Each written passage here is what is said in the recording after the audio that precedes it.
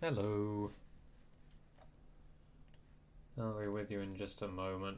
I'm starting out late today because I had to spend a while earlier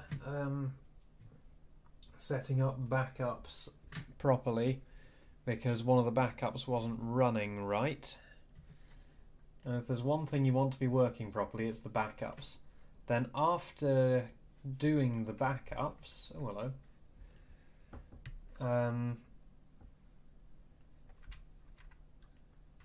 After doing the backups, I ended up not able to run Farthington anymore. It crashed, it broke, it did the heckin' big break. Map.translate errors all over the place.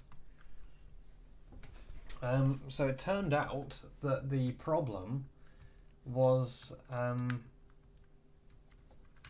the Steam had been removing my lane destination font. Like, when I was switching between installations, Steam was removing lane destination. And doing that was causing the entire map to break. Don't ask me why. Normally a missing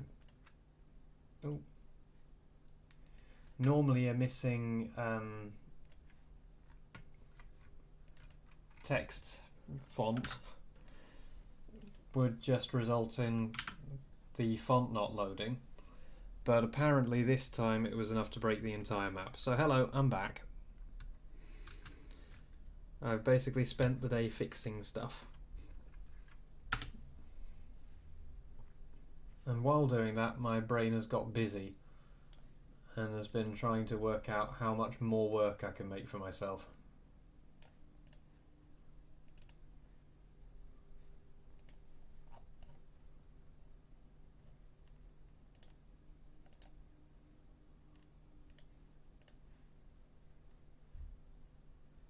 Where am I putting templates?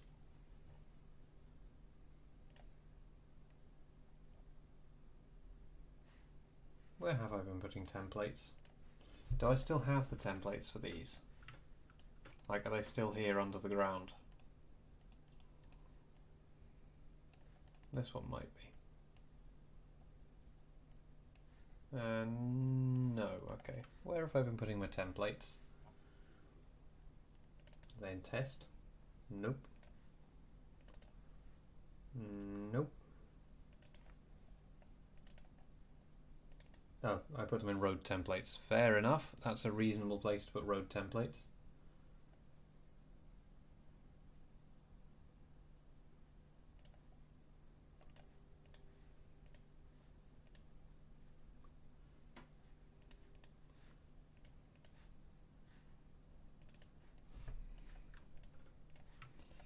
Right. Hello and hello.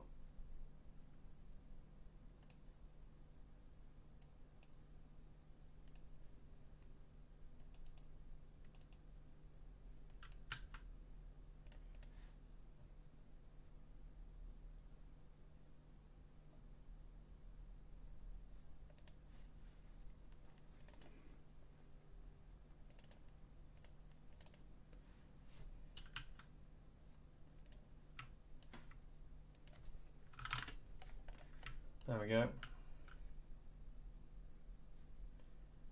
But yeah, while I was sorting out the backups, I got to thinking, which is a dangerous thing to do. Oh, thank you for the sub. Or, no, not sub. Host. I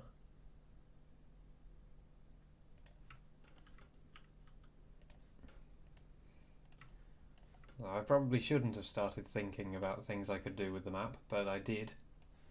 And now I'm putting this here as a template. So, you know, it's already happened. Oh shit, no.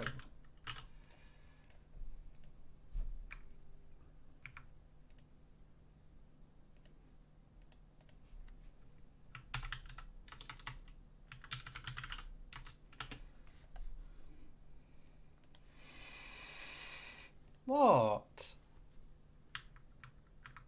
Hi, Jack M. I know you from the London testing team, don't I?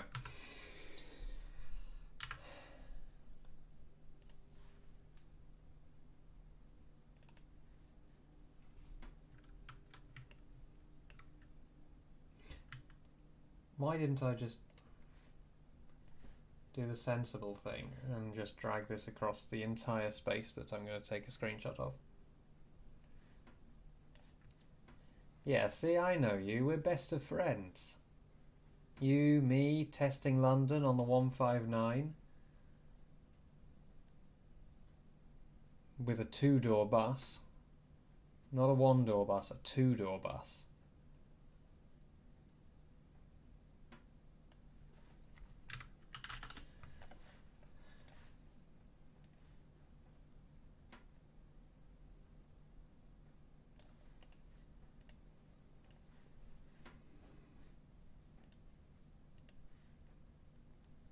Hang on, no.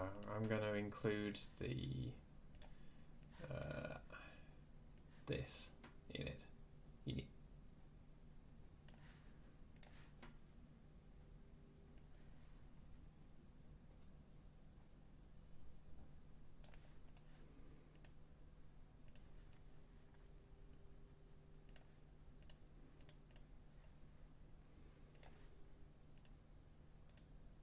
So before we do anything else, I'm just going to stick down these templates. And then after this, we're going to get back to what we were doing yesterday.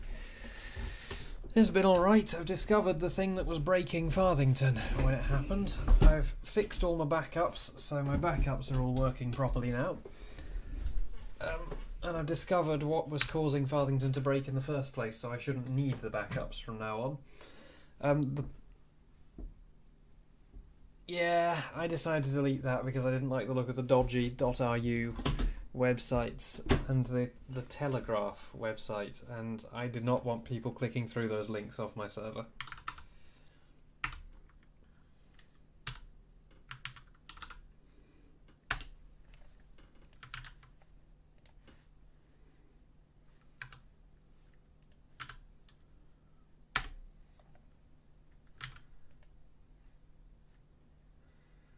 Okay, and then so it's 800.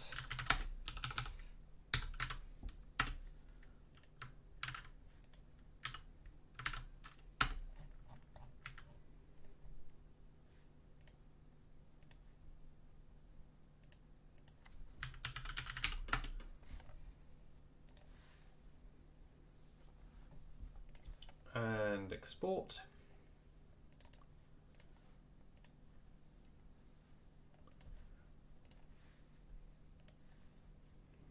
And load that shit in. Okay.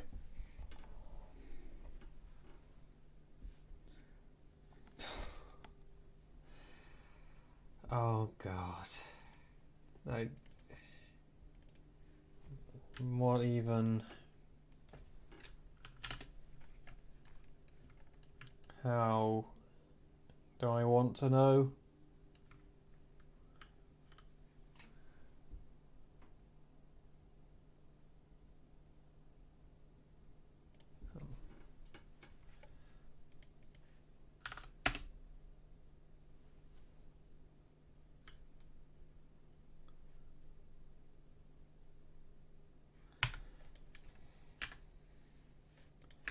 That it's not in a place which I can use. I'm going to put it like there, because then I can put it on a tile that definitely exists. Well, actually, that bit has to exist.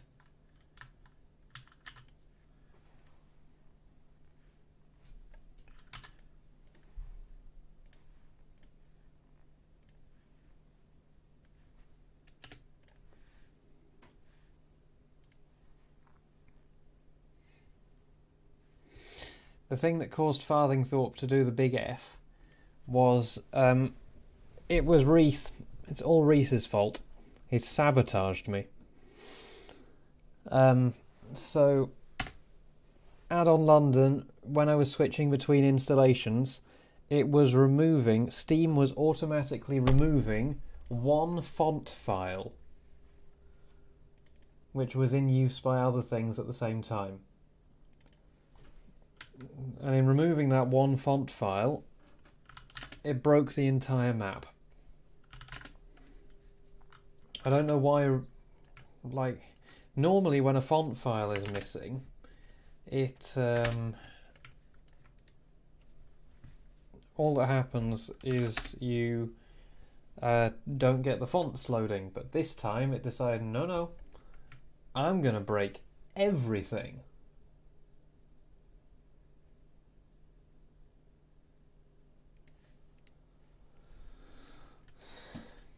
Right, so this is my suggestion. Oh, that lines up perfectly. It was meant to be.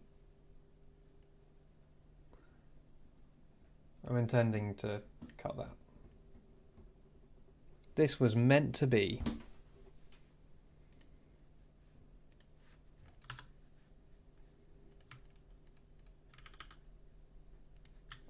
I'm going to cut that bit out.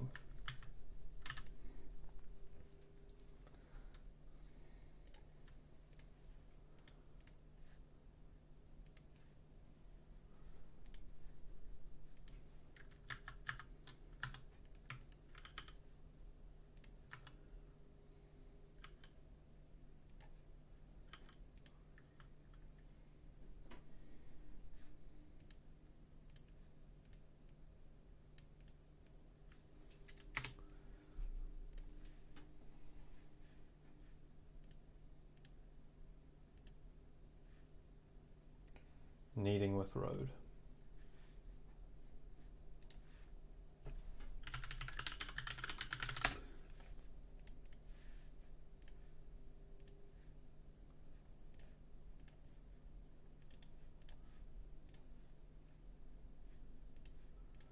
Right, and now we're going to get back to what we were doing yesterday.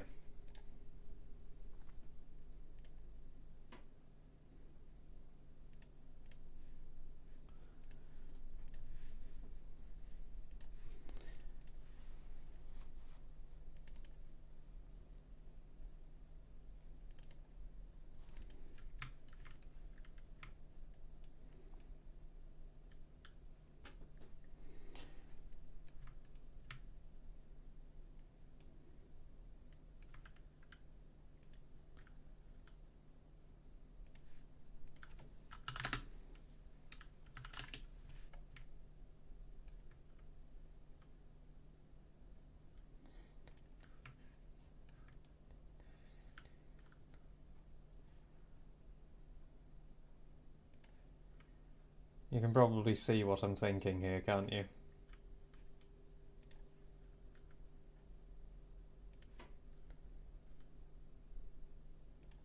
I mean, I'm literally showing it to you on the screen, so if you can't see what I'm thinking, then that's kind of more on you than me.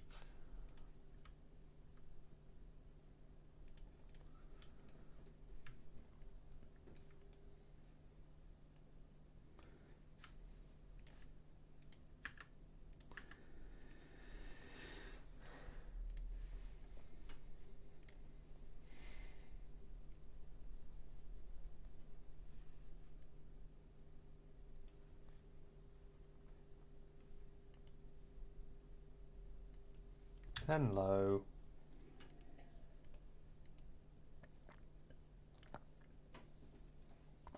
So a reminder, we have now made completely brand new junction objects from here all the way over to here. And we've pathed them all the way to here.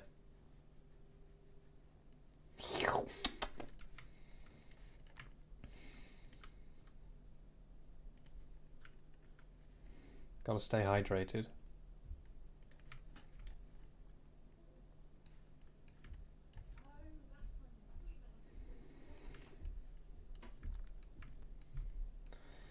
Yeah. Good days happen, bad days happen. There's always more good days, and then there's bad days again, and then there's good days again, and then there's bad days again. And things just happen. But yeah, so we've got this all pathed. We've got this all pathed. We've got that all pathed. And we've got this all pathed. One thing we haven't done is we haven't got these on a gradient that's big enough. because I was checking the gradients earlier today while the backup was running, because I had to regenerate the whole backup from scratch, which took about 3 hours.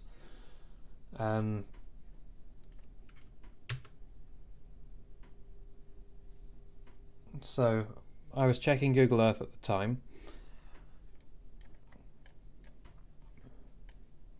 and aside from being brown, which is clearly wrong, the thing that I noticed was that this is a lot steeper than it looks. And it's certainly a lot steeper than I've made it, because this is 13 meters. 13 meters is my baseline level. I mean, the bus station itself is at 11 meters, but I'm using 13 meters as my 0 meters baseline. By here, it's already at 14 meters, so it's already gone up a meter there. Stays at 14 meters for a while, then here it starts going up and up and up. Then by here it's 19 meters, and by here it's 26 meters. So basically here, this is still at baseline height, or close enough. 12, 13, 14, 13. But then when we get to the end of this section, so this will stay flat, but this piece, the next piece along, is going to be steep. It is 2 meters up, I guess, so maybe I will bring up this section as well. Yes.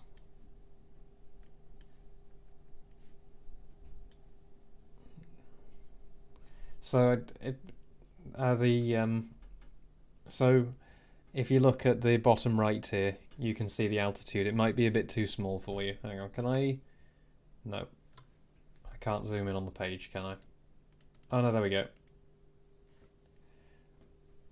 Now you can see. It's not that steep.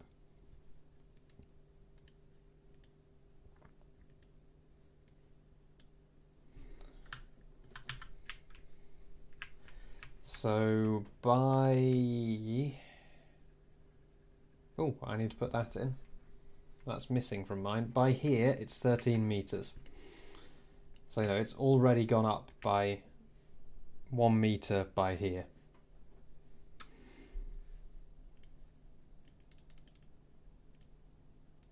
I'll keep it large enough that you can see it. So I need to, before I add scenery to it, I need to add a deformation mesh to it that brings this edge up by 1 meter, by about here. So deformation meshes, they're very simple. They're a mesh which deforms another mesh. This one's going to be extremely simple, since almost all of it is going to be at a height of 0. Or is going to be deformed by 0.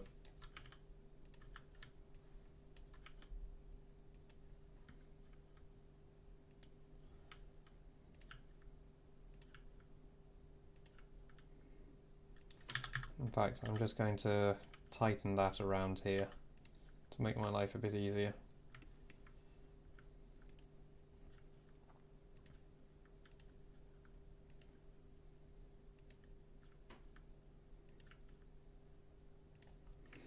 I'm going to snap the end to an exact height, but I only want the very end vertices.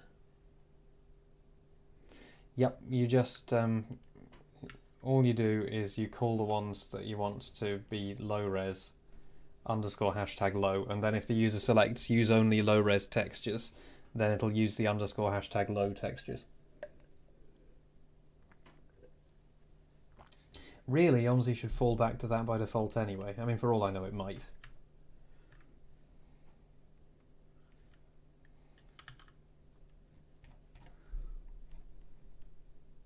See, I can just do that, but what I actually want to do is I want to do sharp so that that raises up like that. So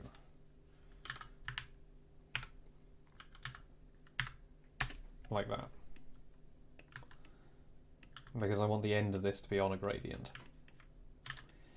And then what I do is I am going to for the sake of my exporter, I'm going to copy this to a new file.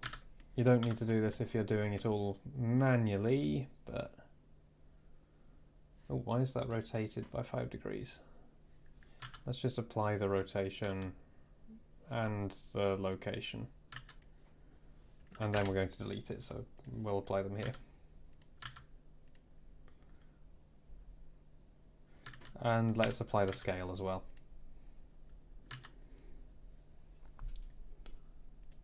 SDI Horton St Audrey def. And yeah, I will show you how we're going to do this. I mean, I'm going to import unnecessary data here.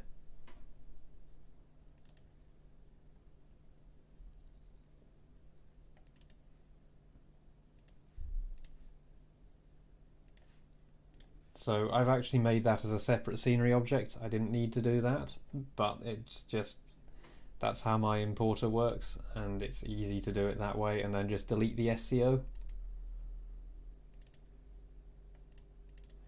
So now we should have a new one called STI Ramsey Road South def.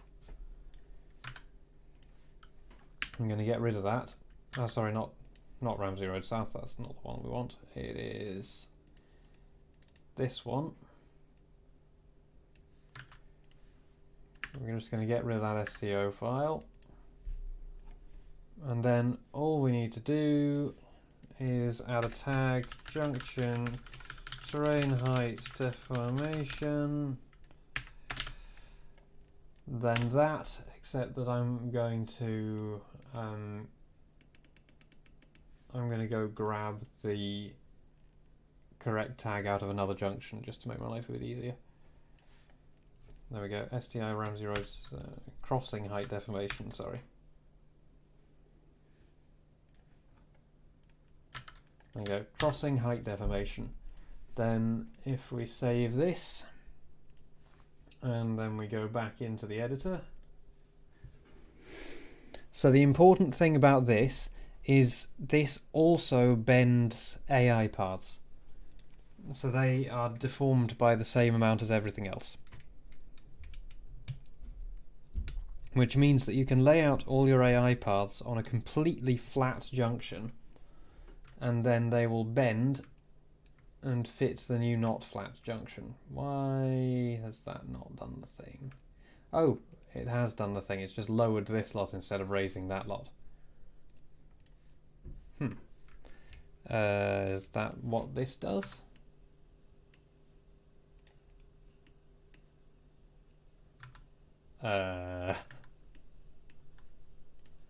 Why is that lowering?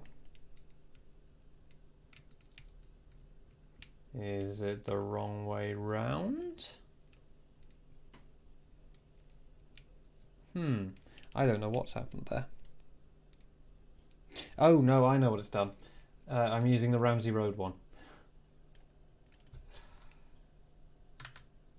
STI Ramsey Horton St Audrey def.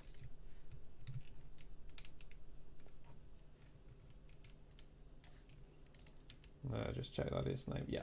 I just used the wrong deformation mesh. It's fine.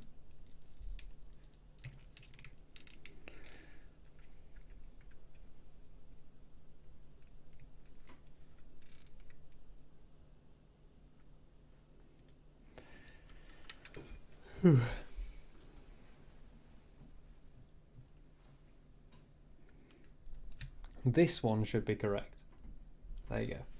So, there you go. It has bent the end of this junction for us. So that's now on a gradient, but importantly, the AI paths are also all on a gradient. This is a really, really... Oh, hello. I need to add some more segments to this path, it looks like. Using a height deformation mesh. Actually, these AI should snap down to the path anyway, so it doesn't matter. And these ones should snap up.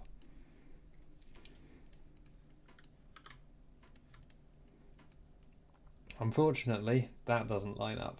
So I'm going to flatten that edge.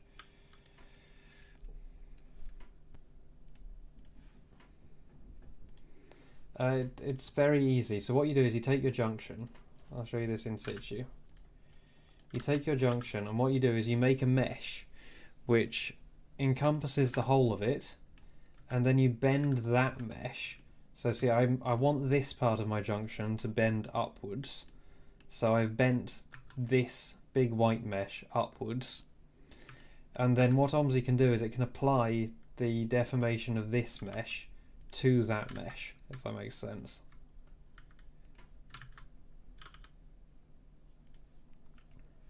And this is called a height deformation mesh.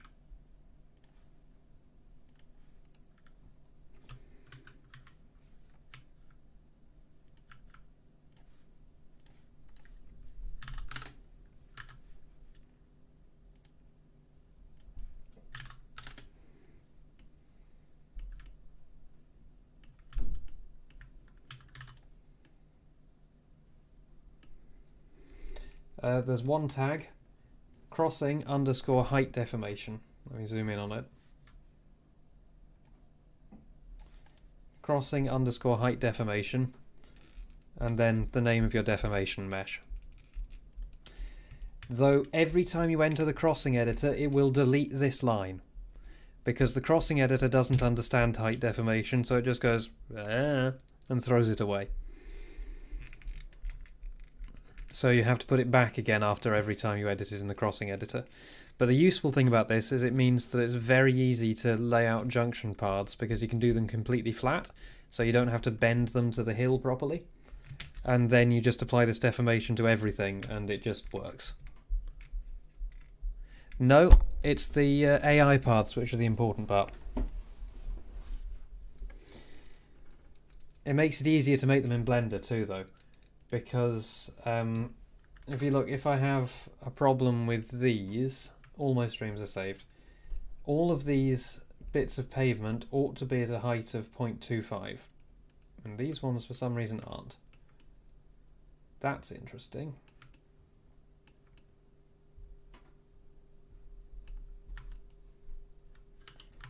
Why is that not at the correct height? I want to know.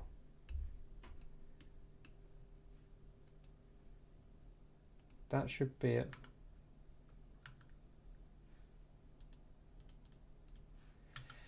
That's interesting. Is that the same here? No, those are at 0.25. So why are those at point... No. Those are at 0.26. What's going on here? But yeah, things like this are very easy to fix, because across the entire junction they should come out as 0.25. But no, I have no idea why those have changed.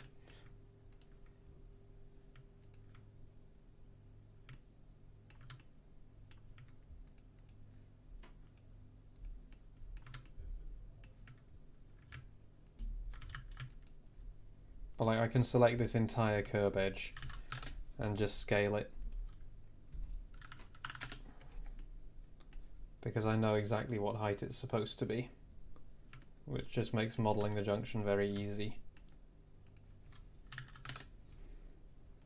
I think that might have been the reason it didn't line up, not the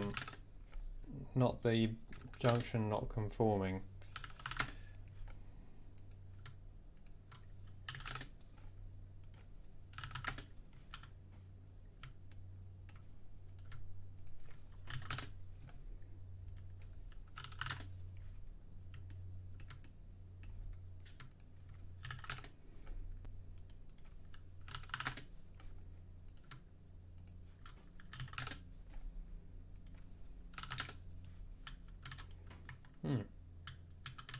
That's weird. Oh well. I'll re-export that as well then.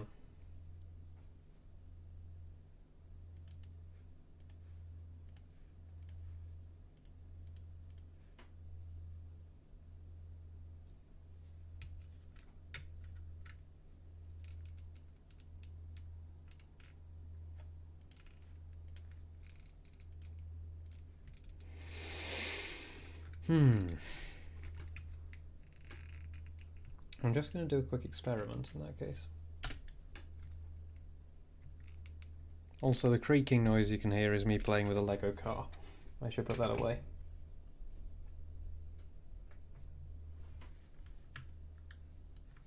Yes, of course, it's now got the mesh as part of it. Or the deformation mesh as part of it. So if I connect this onto here,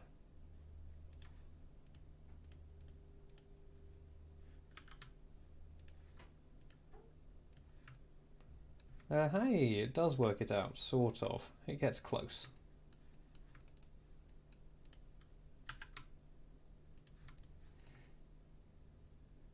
Yeah, okay, that is correct. And I am going to do that like that.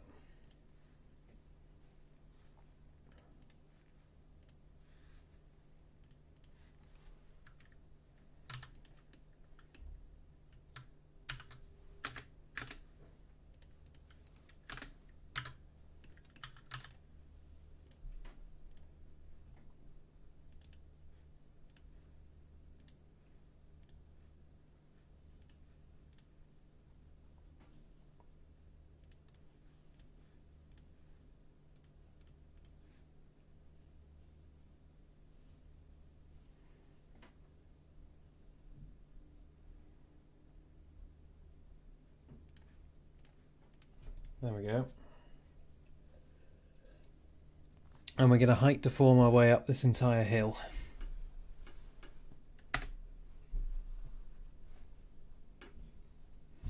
I like it.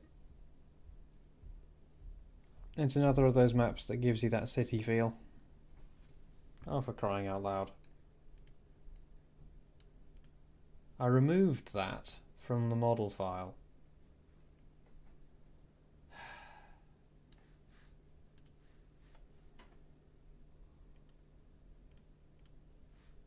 Oh, I didn't save it. Of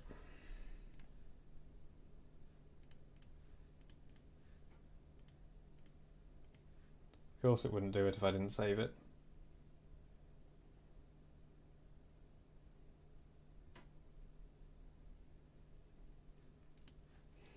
The other thing is you can deform, if you include road markings as part of your mesh, it also deforms the road markings. So you don't have to manually line up the road markings, which is a pain. I'm sure anyone who's tried to put road markings on a hill will tell you. There we go.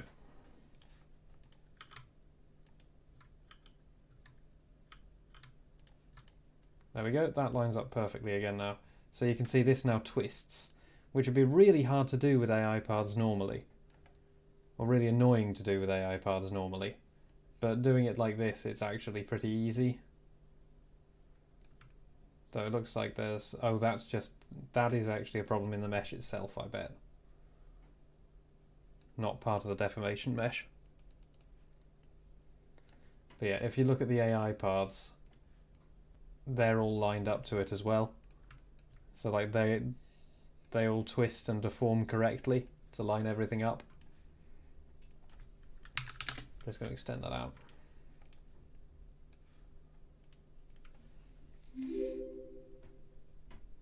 No, you can't. Also, thank you for the follow.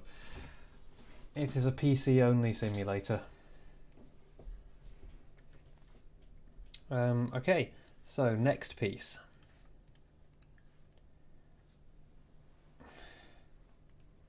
Ramsey Road Daycare.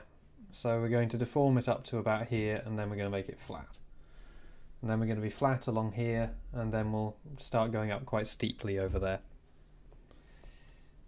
If you mean Windows, yes, you can only get it for Windows. That is the only platform you can get it on.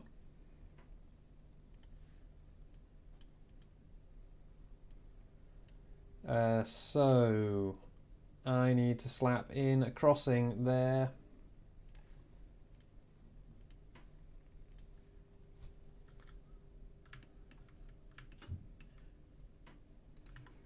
Well, I mean, a good laptop will be better than a bad desktop.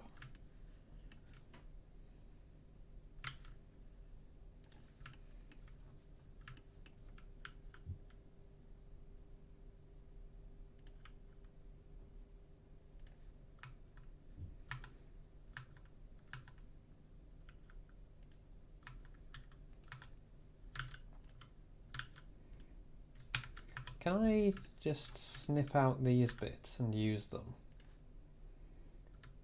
Is that a thing I'm going to be able to do?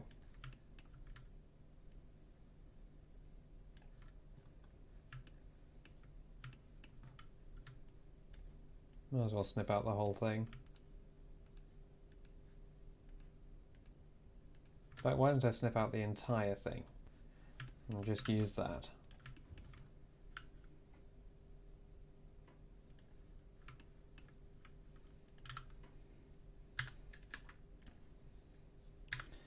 Yep, OMSI needs a weird PC.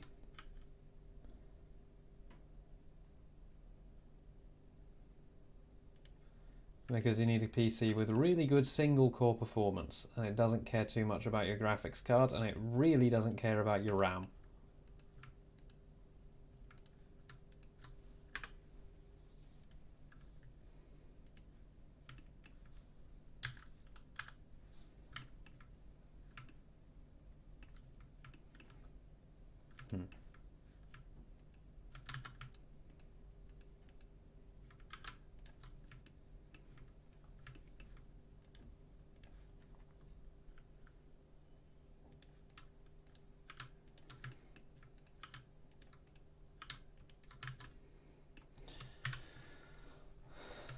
And by steering wheel, not one of those cheap, like $30, $50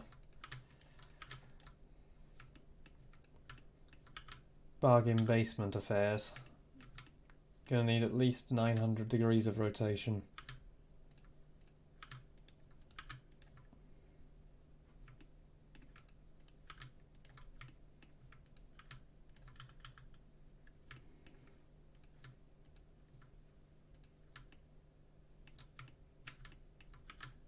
Oh no.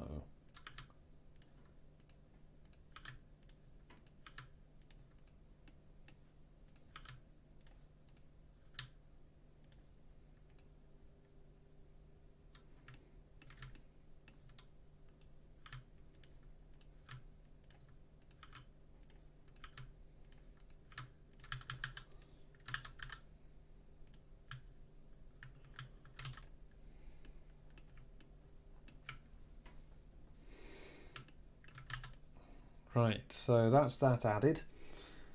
Now we're going to add a height deformation mesh again. So the origin's there.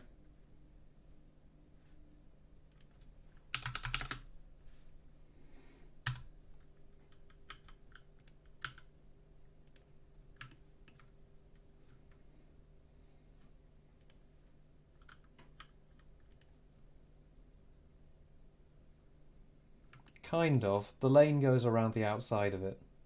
So the tyres go here and here. So there's plenty of width around it.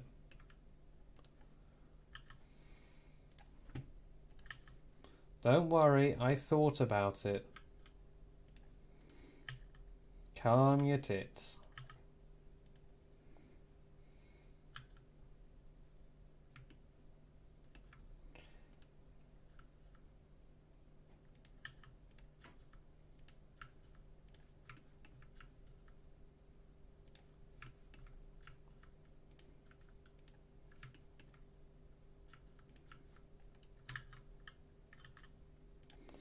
So the other thing is anything not on a height deformation mesh will remain at 0. So I don't actually need to deform all of it. In fact, I wonder if it'll be more efficient. It'll certainly take less of my time not to deform all of it.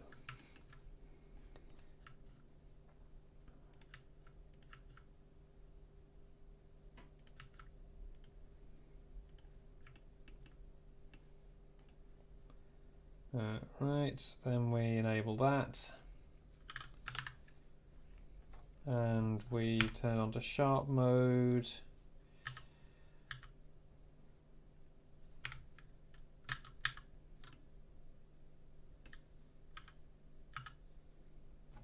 And we crank that.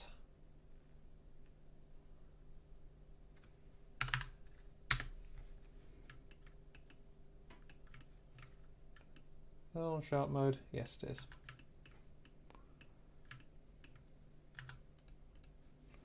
out of edit mode because it has to be a separate object.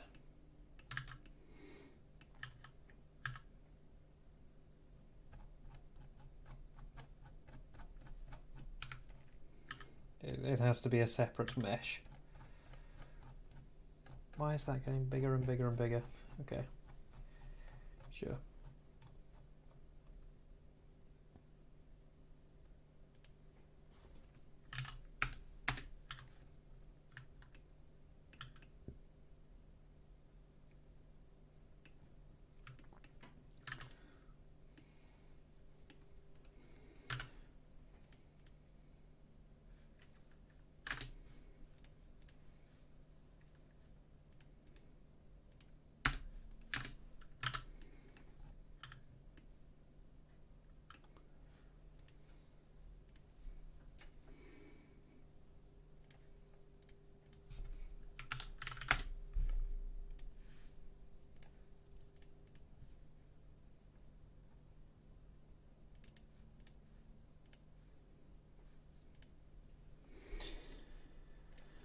Cool doodles. Right, and now we save this and we re-export this.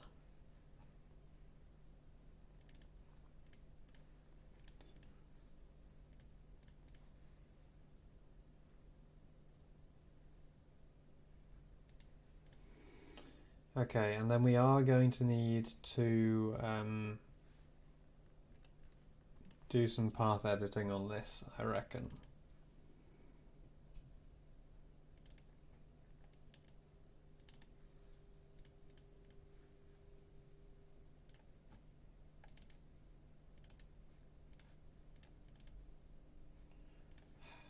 Steam apps common, OMSI2,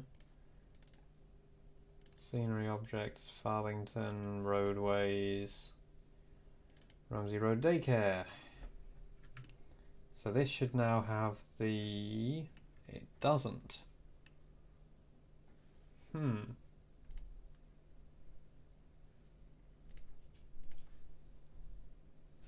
the Ramsey Road Daycare model definitely has that crossing in it now.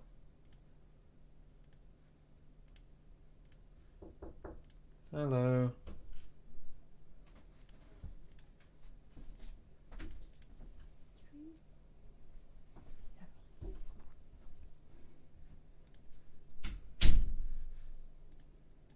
Let's just load a different one quickly.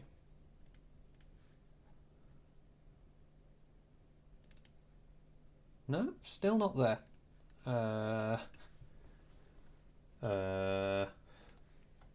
Why? Why, you know.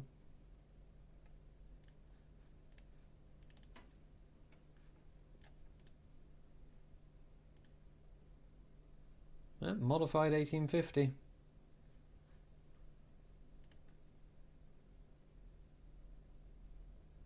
STI Ramsey Road Daycare .blend.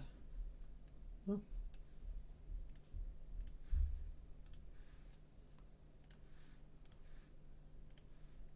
Try closing the program and opening it again.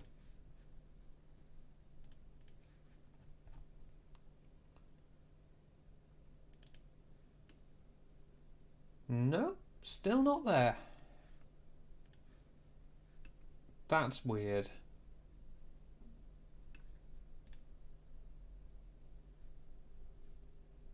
Wait, wasn't this the one that I was having trouble exporting in the first place?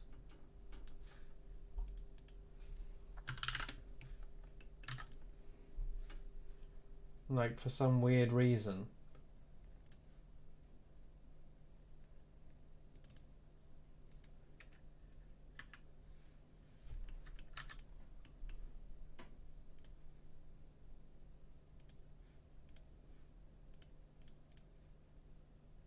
Yeah, this is the one I was having trouble with before. For some reason.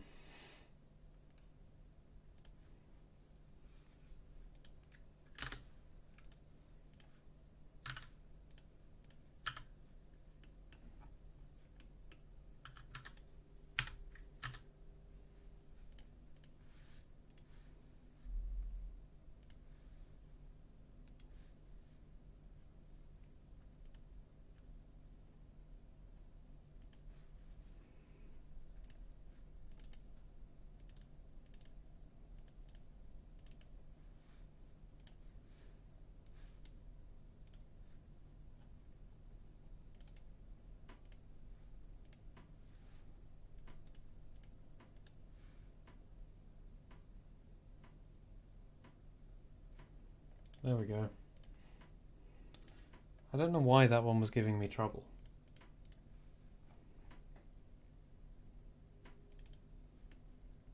There we go. So now what I need to do is I need to prevent the AI paths from crashing through the middle of the pedestrian island.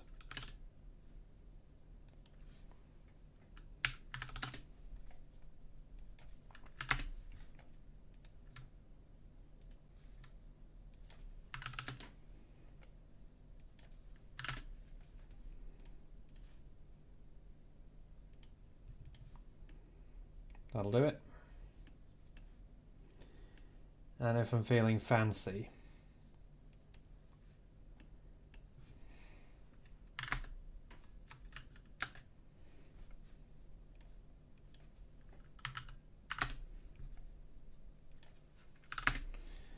I can do this.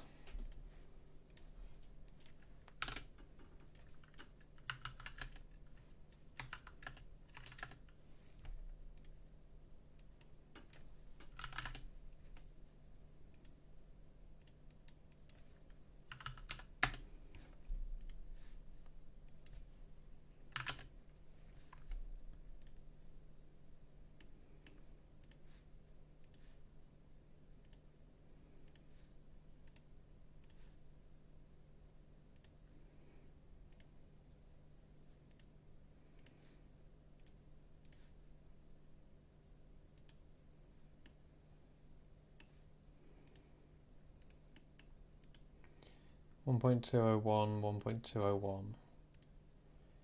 So 2.402. Not radius, length. 2.402. I'm not going to bother making them turn the other way, going the other way. There we go. I was feeling fancy as it turned out. Okay, and now what I need to do is I need to open up that model file, Ramsey Road Daycare, zoom it back out again, and then crossing height deformation STI Ramsey Road Daycare def.o3d. And let's just hope that I've typed everything correctly.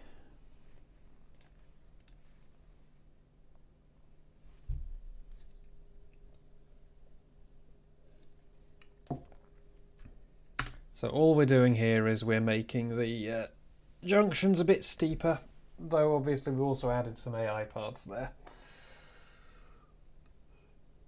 There we go. Because now you can see that is bending downwards. So if I put an absolute Z height of 2, it should line up. I need to put some cuts into there, but yeah, it does line up. So the reason that's happened is because the way it deforms stuff is it moves every vertex down to meet the height deformation mesh. But there are fewer vertices in the double yellow line mesh than there are in the road mesh, so it's bending the road more precisely than the double yellows. So all I need to do to fix that is I need to snip the double yellows up a bit, which is actually going to be more annoying than it might otherwise be. Though this one happens to happen perfectly in the right place.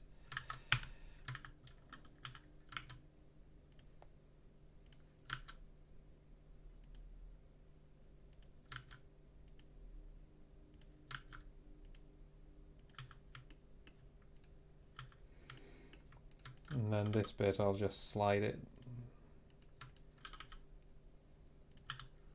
Now basically anything that's going to curve in the same way, you want the geometry to be lined up in the same way.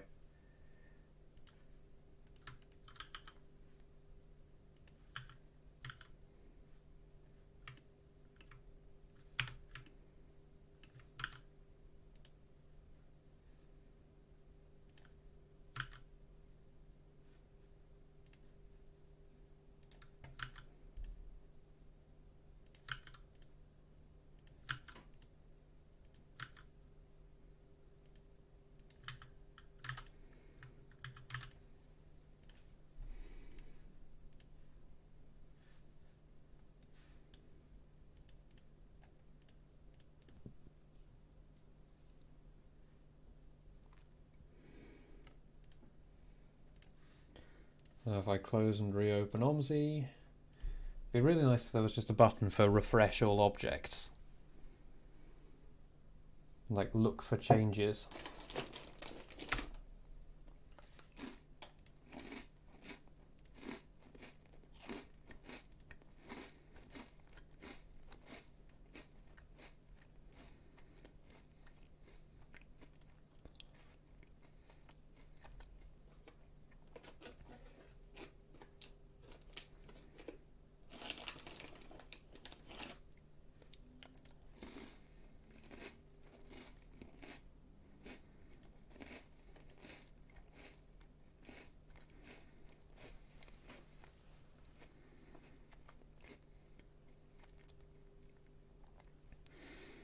Okay, so yeah, there you go. Now it lines up. Now it works properly. I need to extend the double yellows onto this junction, but that's a later thing. The other nice thing about using height deformation meshes is they mean that when you do terrain deformation like this, it knows the size of the junction.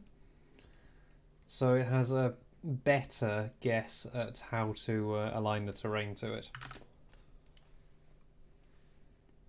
But yeah, it's still OMSI's height deformation system, so it's still not great.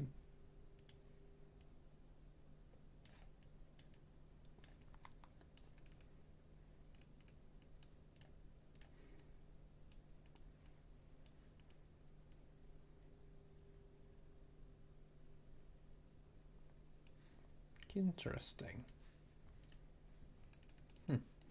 Okay, looks like I might be going to have to do a bit more manual intervention than I was hoping for.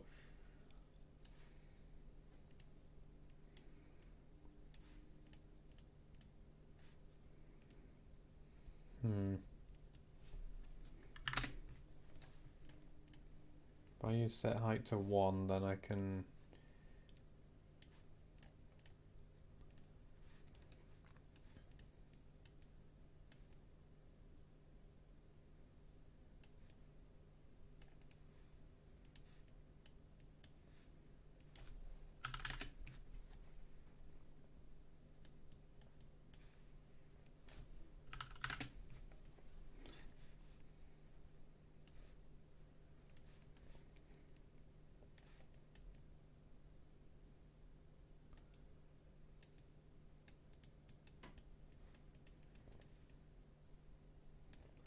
gently massage the terrain back into shape.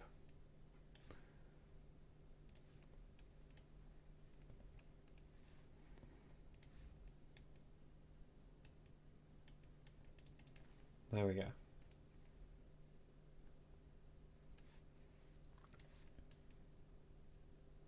And this part wants to be higher.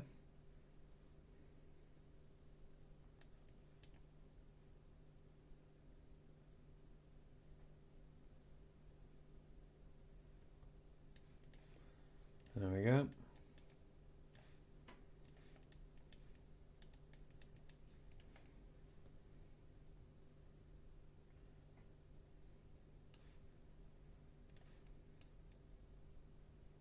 Same with this side. I just want the sides not to have a huge drop off onto the pavements. So I'm just going to raise them up a little bit too far. I don't mind if the bit immediately under the centre of the road is a little bit too low. That doesn't matter because that's hidden by the road.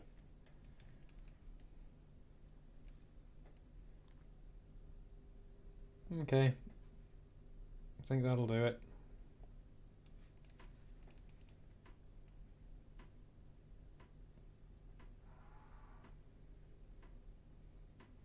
Cool. Right. Now I need to do a little bit of realignment of some things like this.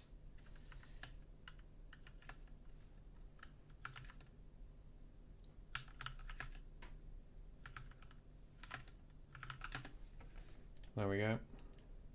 Oh, that's too much.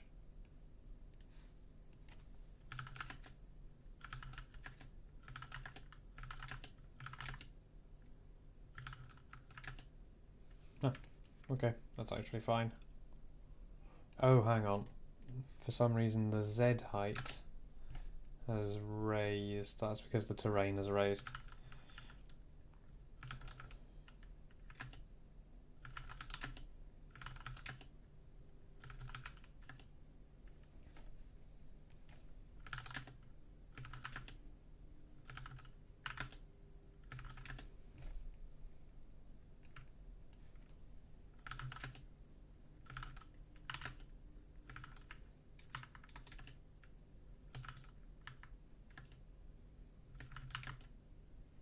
Okay. And this one is also going to need nudging, isn't it? Yeah, so hang on, I'm just going to set the height back to 0 in this area. There we go. And you can go back to a Z height of 0, so can you. There we go. Okay.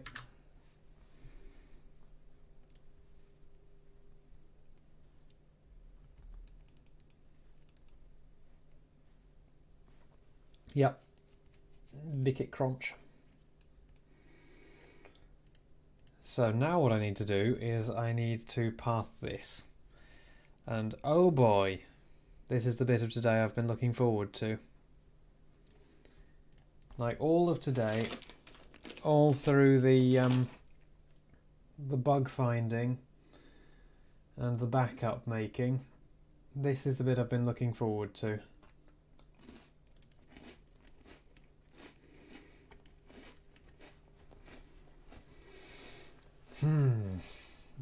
Oh man. There is a heck ton of it to do.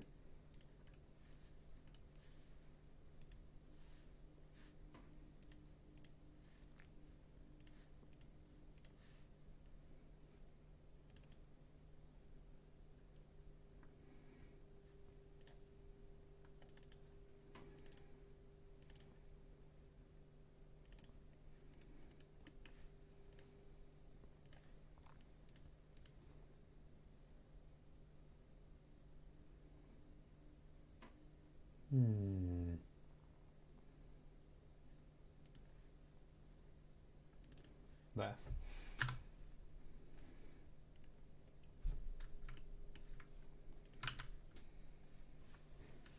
I'm just going to drop that on my other screen.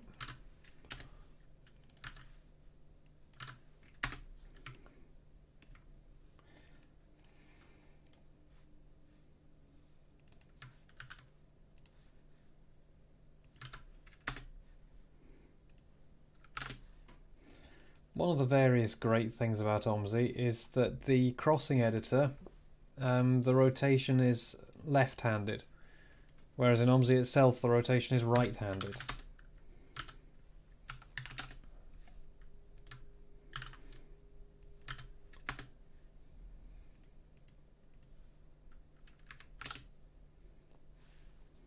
So that's fun.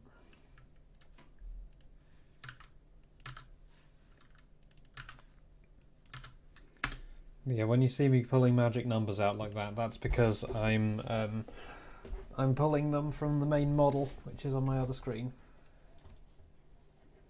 This junction shouldn't be too bad.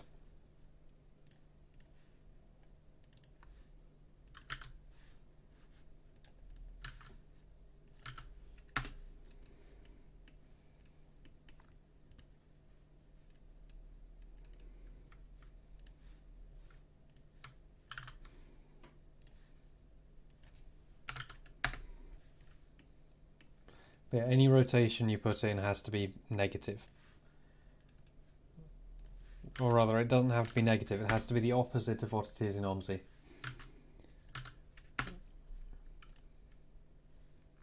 Even though the tool was made by the same people, specifically for use with OMSI, they still managed to do it like that, and I don't understand.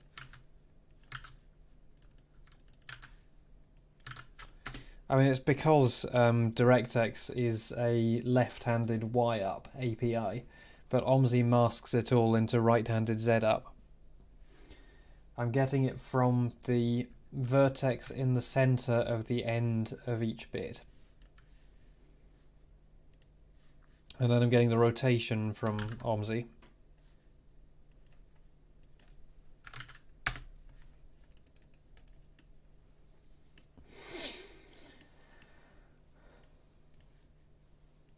And I also need to fix the lighting glitch over here while I'm here. Something over here is unhappy.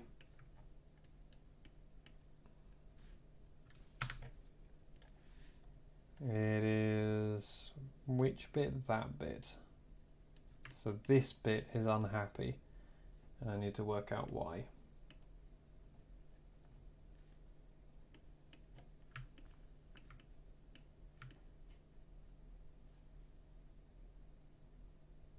There's probably a second... there's a duplicated vertex or something over there.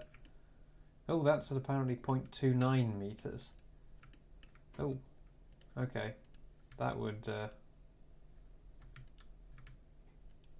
yeah, that would do it.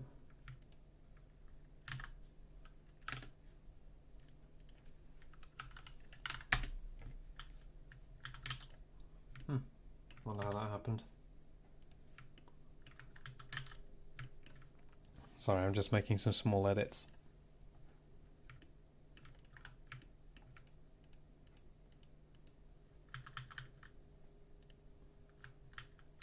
Yep, there's no doubles in there.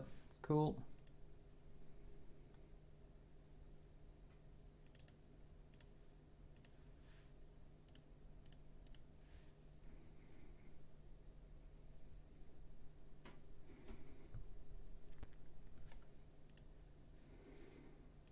Okay. That should be that sorted. Let's continue. Or let's get started, or whatever. I'm going to start with the humans this time. Sidewalk, 1 meter, both directions.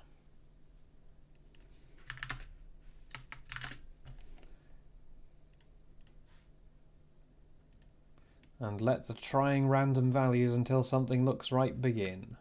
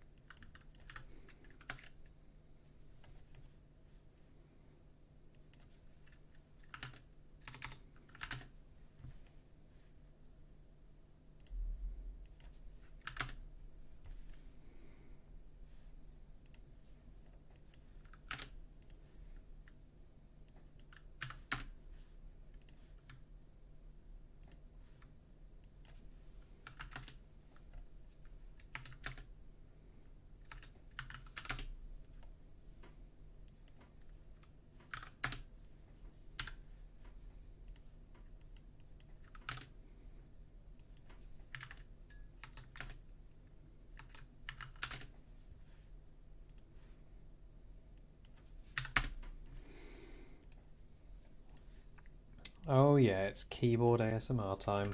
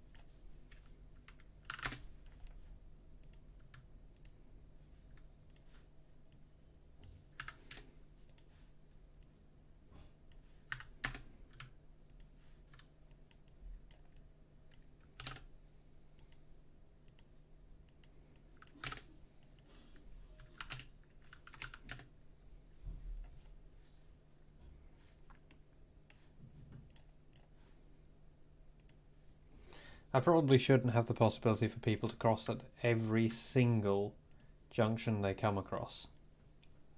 That's probably just going to be annoying, isn't it?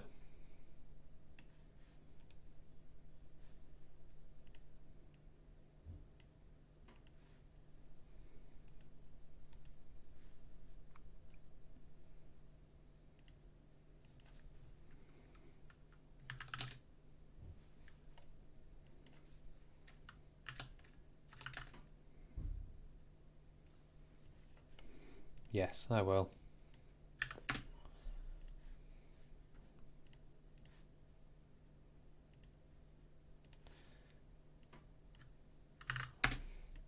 That's a playtesting time sort of thing, not a now sort of thing.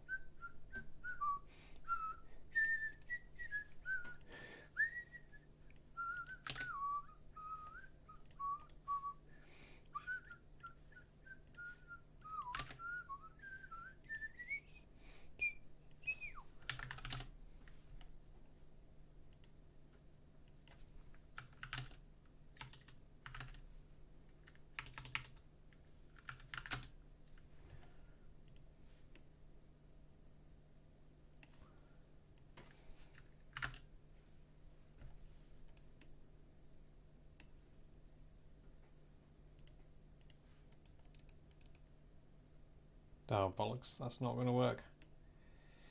Well, I can get the angle off of it. So the angle is 74.19, okay.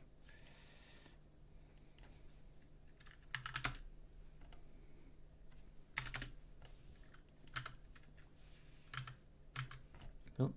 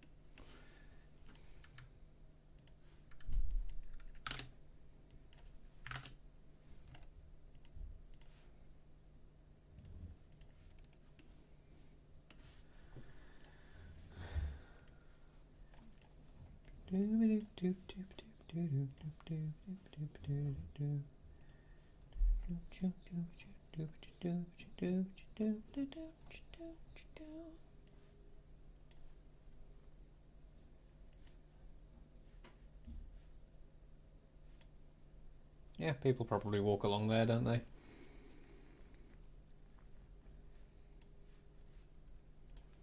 Easier to path it that way.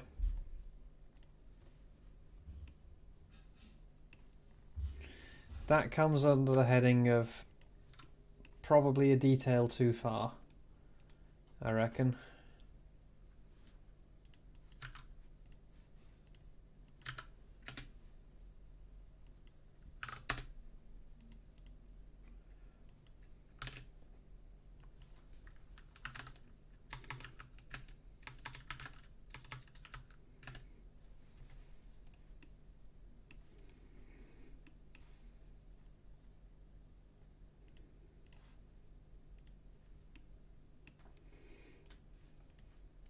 There we go. I think that's all the pedestrian paths that we need for this place to feel alive.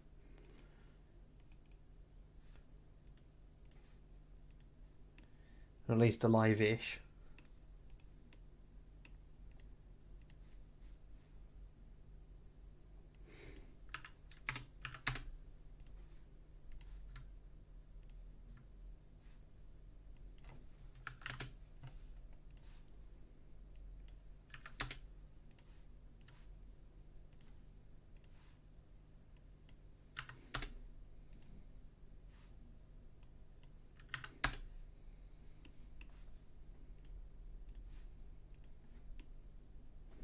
There we go.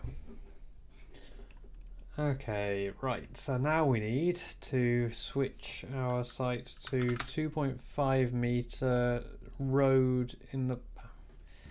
Okay, we don't want to do that for that specific segment. We want 2.5 meter roads in one direction.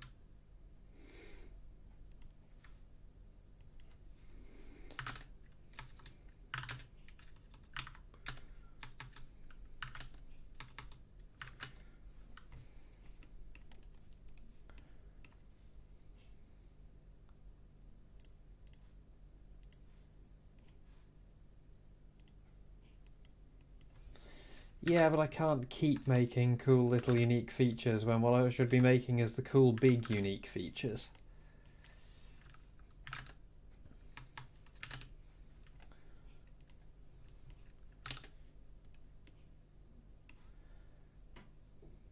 Like, cool little unique features are fun and all.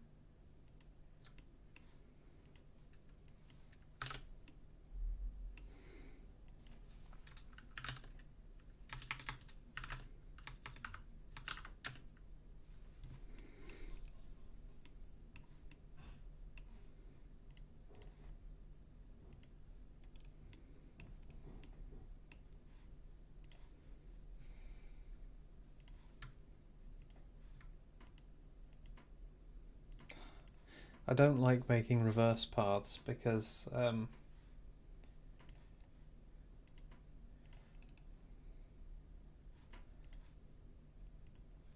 they aren't marked as reverse paths.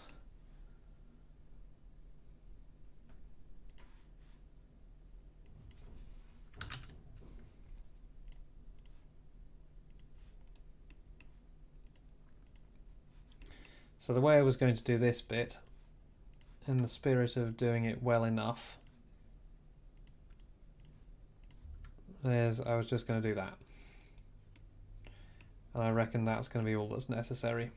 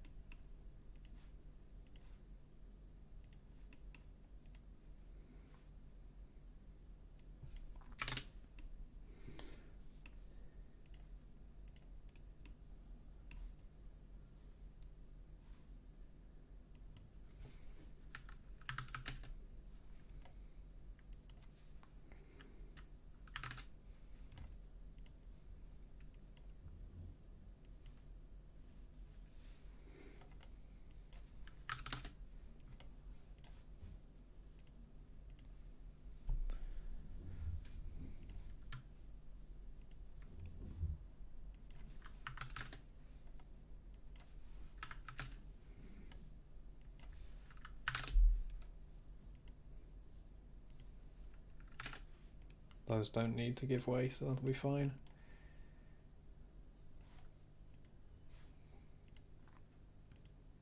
There's plenty of clearance there.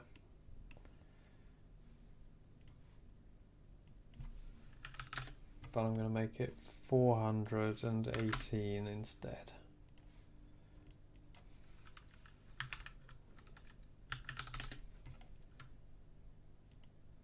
There we go, that's going to be better.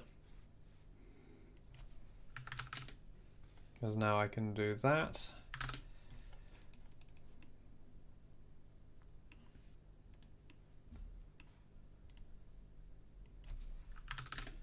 And that.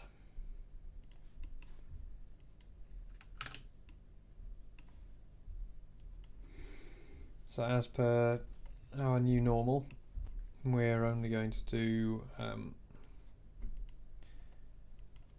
one direction's right turn.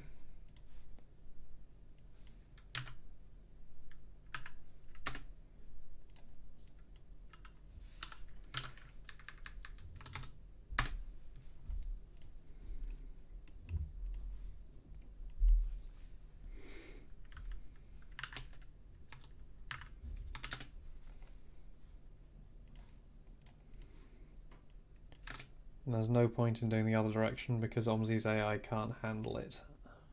So we're just not going to bother.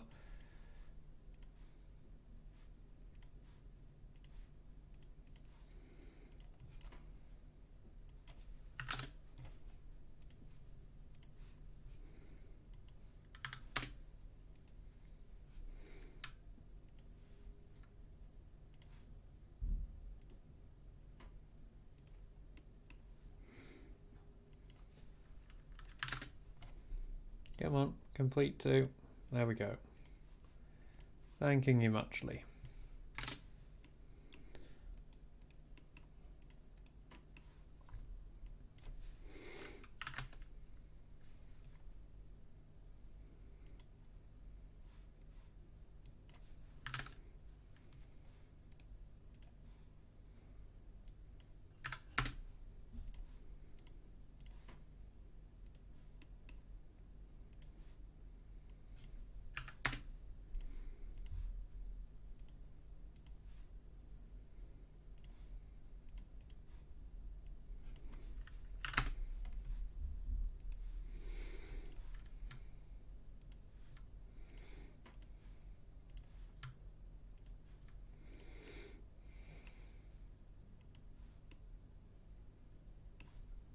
Can that complete to there? No.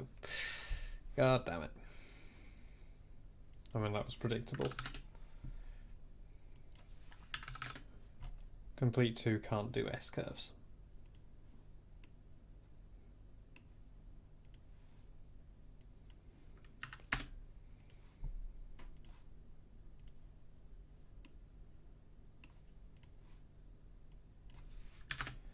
Okay, and that's that all pathed. Now we need to do the traffic lights and we need to do the indicators. So straight, right, left, straight, straight. Oh, we need to cut this up as well.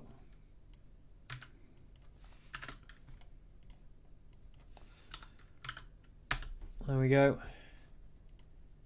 Left, left, left, left, left, left, right, straight,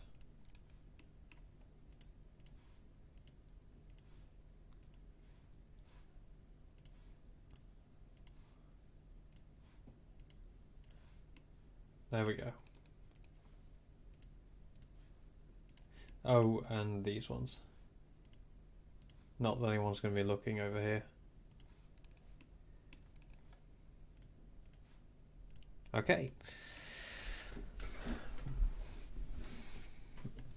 Straight forces the indicator off. No is they will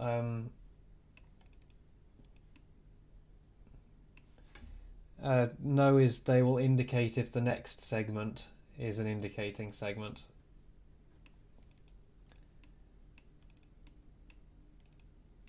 Alright, that's all good. Yep, everything's good. Right, okay.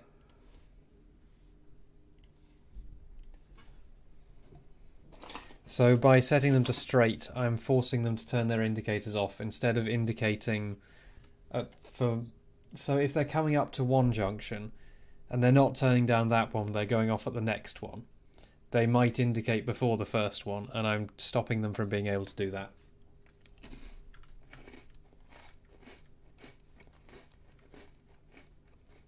Yep.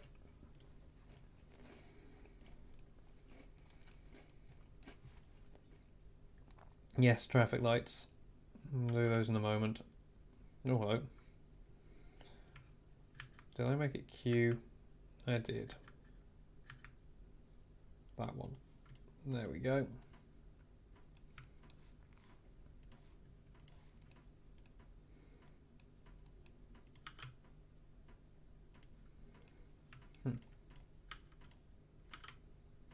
There we go.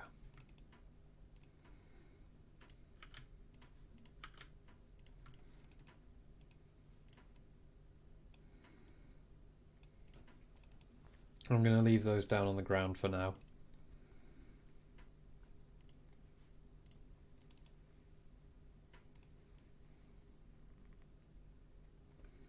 Yeah, there we go.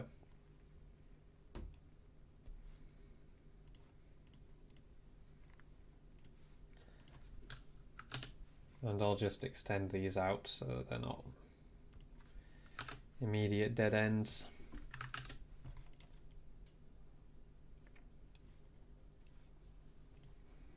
But apparently that little lighting glitch over there is still there.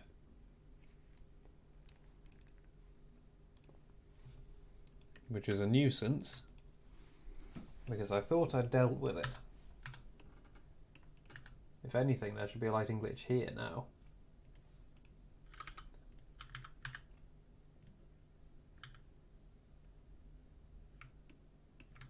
So something is clearly wrong over here. Aha, there it is. See that? Oh no. No, that's fine. Has this just triangulated in a dodgy way?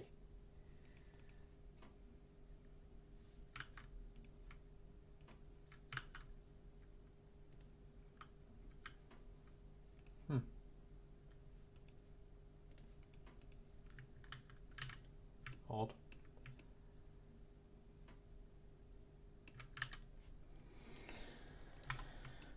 I thought I'd spotted it for a moment, but no. Well, we'll try re-exporting it one more time.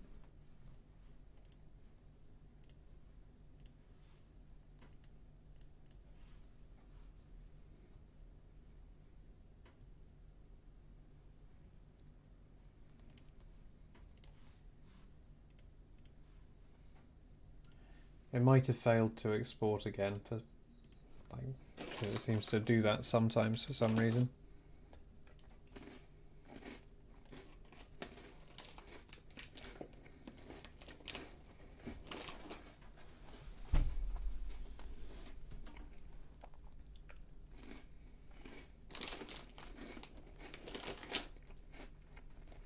That was the issue. That's fine then.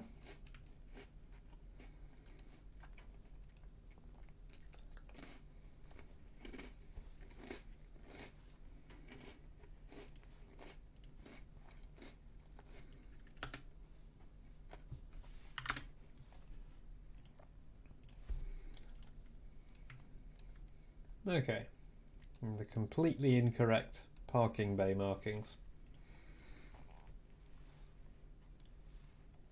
Right, let's do these traffic lights. First thing we're going to do is we're going to load the Ramsey Road South traffic lights.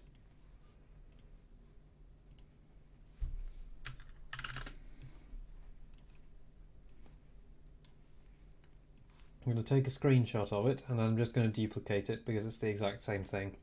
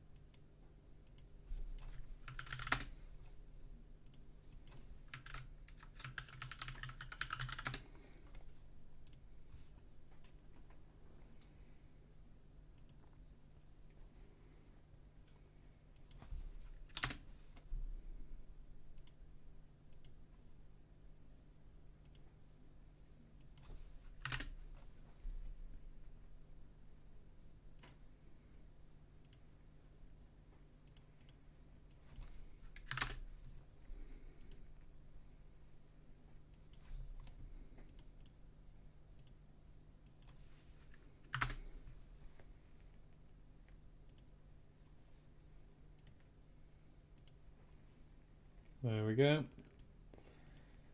Now we make this, so that's going to be 9 seconds of red, followed by 15 seconds of green, followed by the rest of time red. There we go.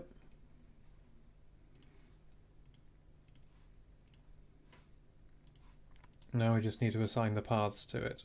So that one's pedestrian, that one's road, and that one's road.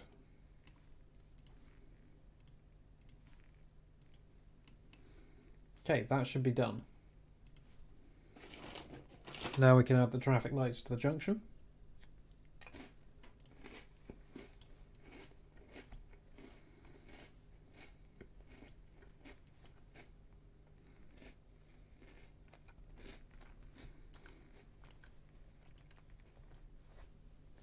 Not pedestrian detectors.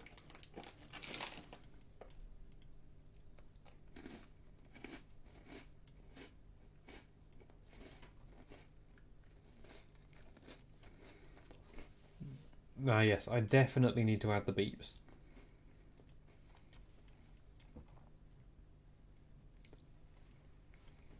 The beeps are a requirement. Right, so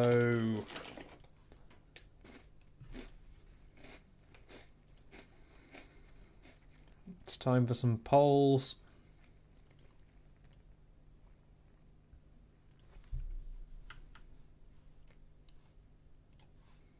I'm still going with the 3.5 meter ones. No, there's only 2 posts on this one. So one there, one there.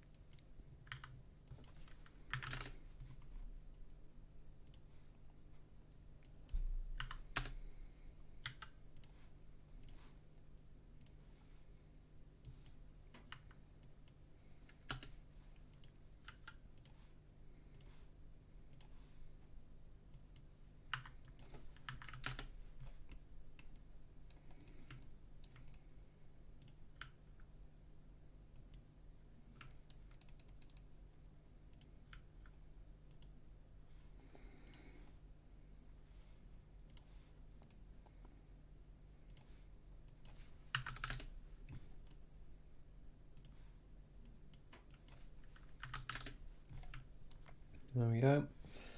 Now the lights themselves.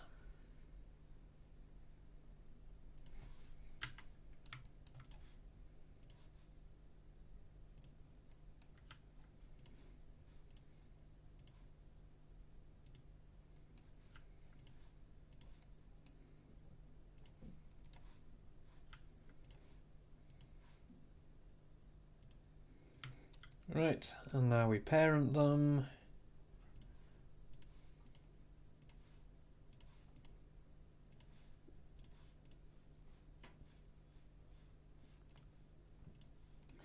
And then they'll be the right phase because they're on the road. And then some crossing dots.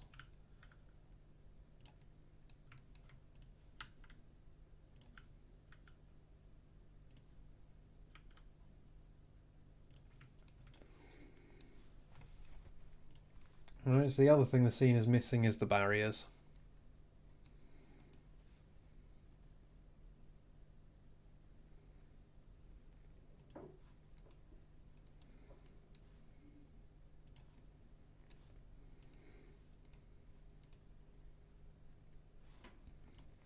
And see, one thing I really wanted from Farthington is I wanted to have some routes that are just very ordinary.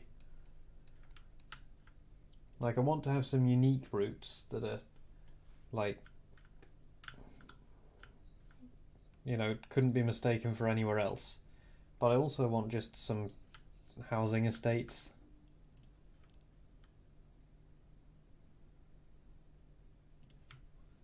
And like the most ordinary, dull routes you can think of.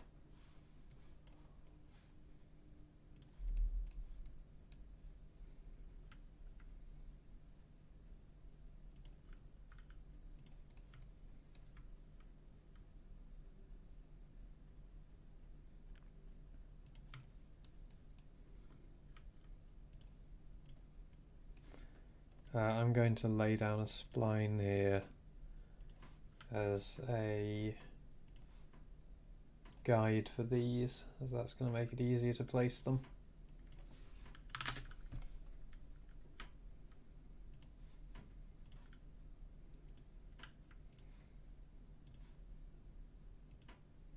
And by boring, I don't mean it's going to be boring to drive. I mean, it's just going to be normal.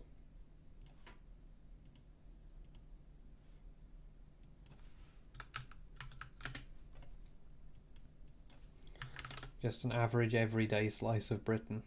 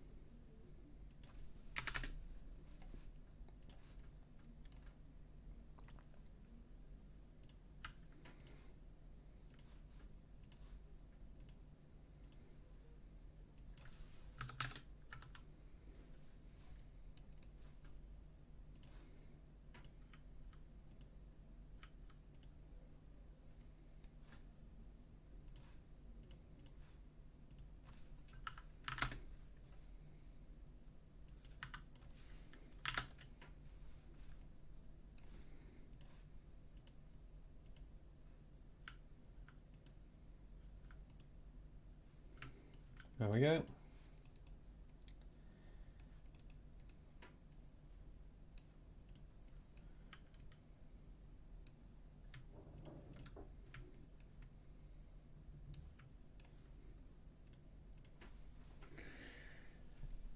Let's go into game and see if it works.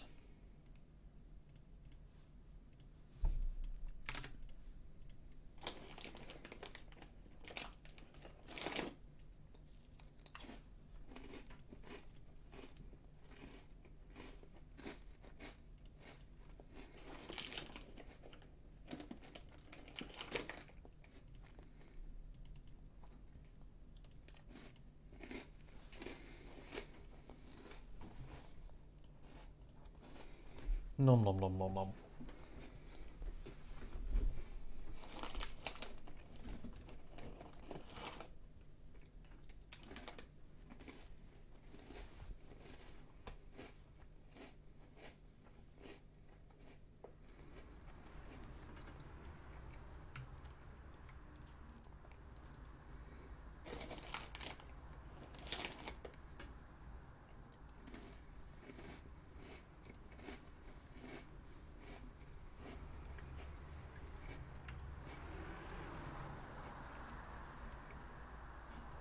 Well, there are people on it, there are cars on it. I need to set the traffic back up to ludicrous levels.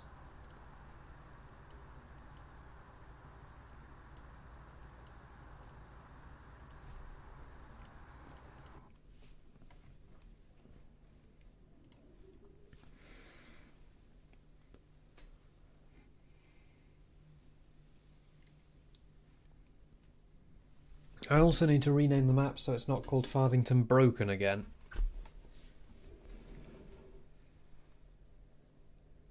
Because I was busy making duplicates of it the other day.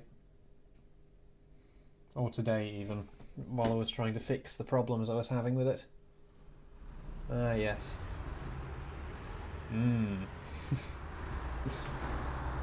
Somebody has stolen most of a van, only left the roof. Oh, I need to set the right of way as well.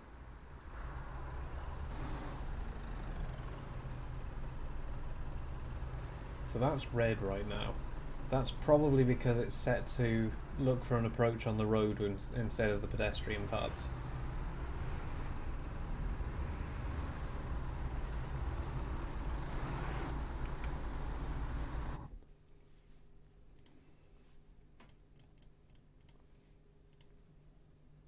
Yep.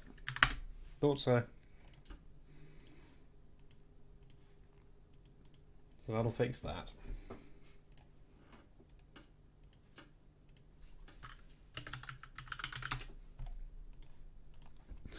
So how do you do the crossing beeps? Because I know people have managed to make it work before.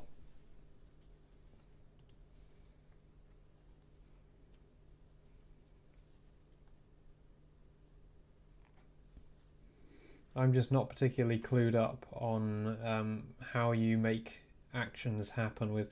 I mean, I imagine that it would be a script event very similar to the thing. Opening bus garage doors and things like that. And traffic bollards, bus bollards that lower into the road.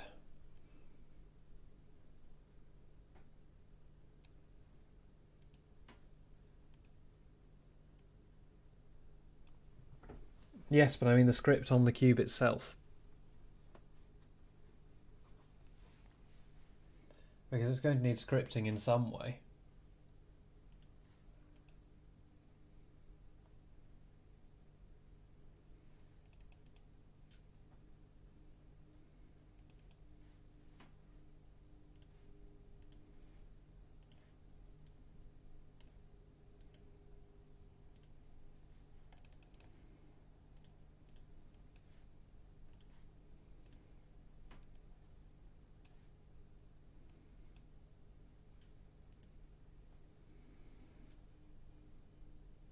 Yeah, no, that's what I mean, the variable. What is the variable going to be?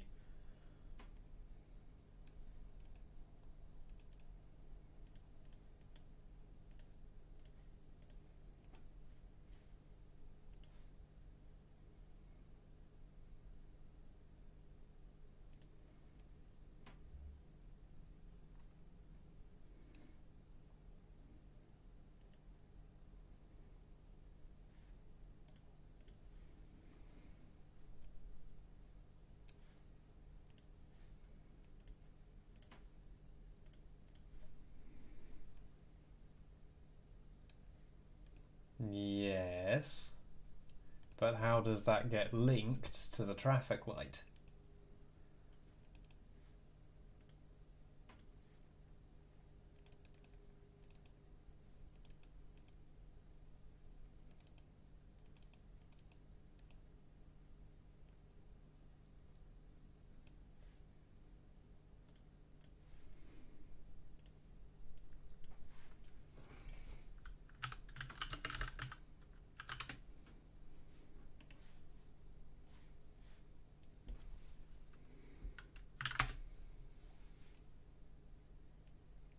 Yes, but how does the variable get linked to the traffic light? What about the variable is doing the linking? Is it named in a specific way?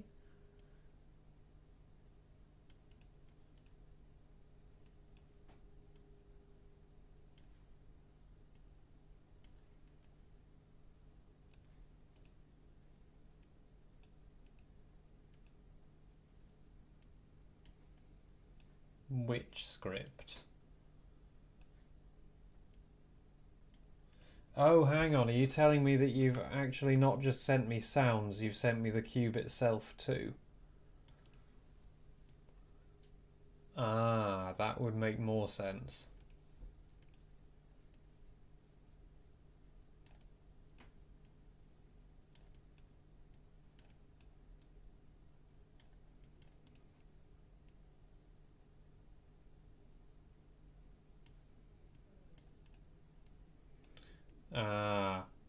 See, I thought I was trying to work out how to actually write the script, which is why your answers weren't making much sense.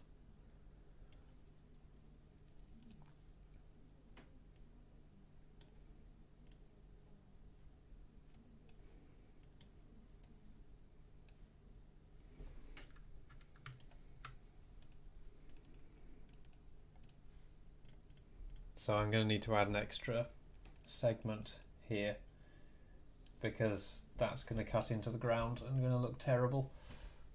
So we are on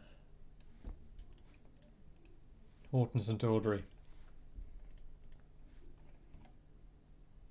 which means that I'm going to need to grab the height deformation out of it.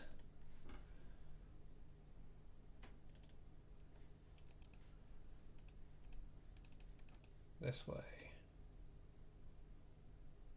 Wait, no, that isn't the... Wait. Oh no, it isn't Horton St Audrey that's the problem. It is Ramsey Road Daycare that's the problem.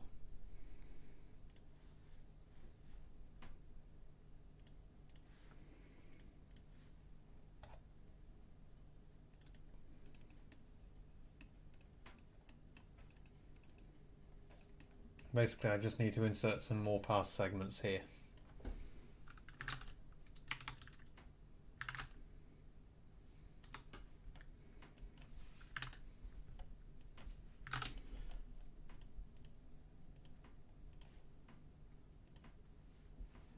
There we go.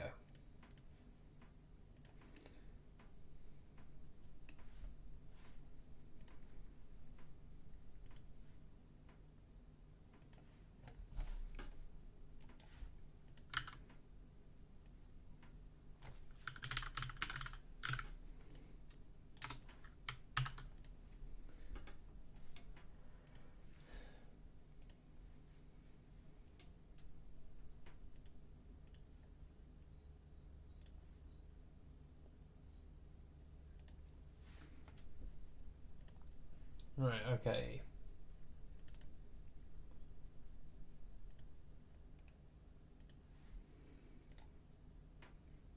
Let's slam them in there.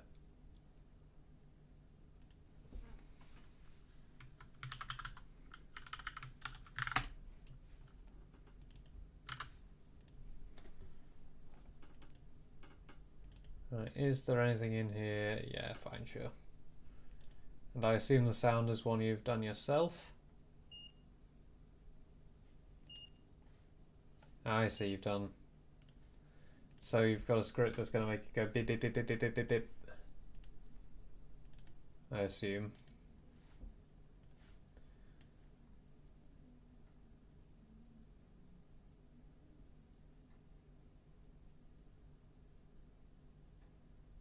Oh, it's a loop sound. Of course it's a loop sound.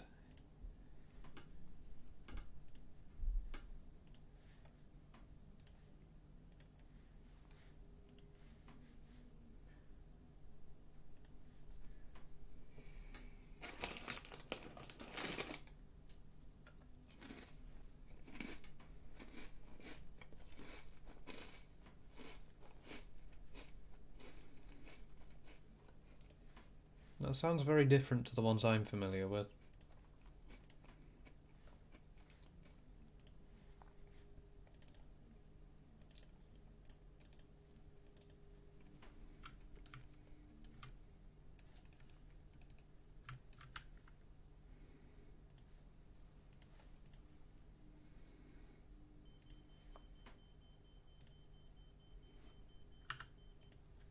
Actually, it sounds fine in the game.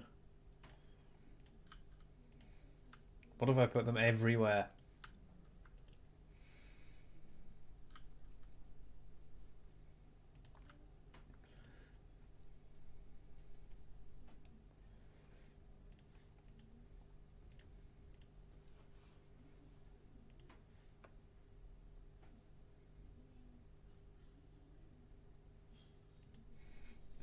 Yeah. Yes, I should just put one in the middle of the junction.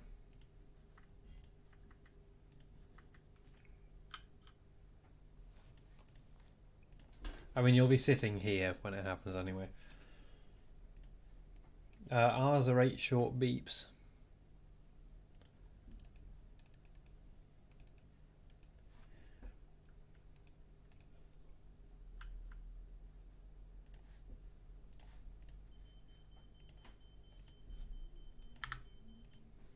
That sounds more like a microwave beeper.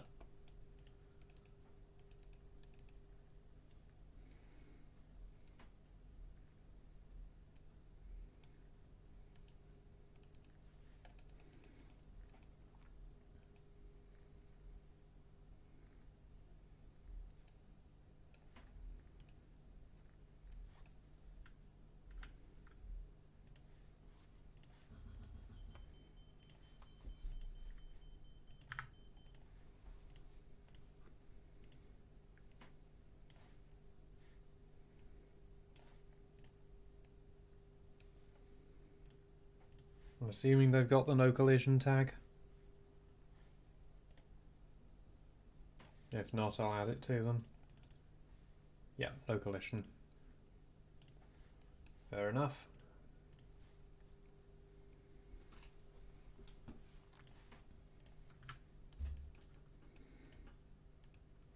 Oh, all of these go at the same time. Similarly, all of these. I assume that the reason for that is because then a blind person might hear the beeps from a different crossing nearby and think it's for their crossing.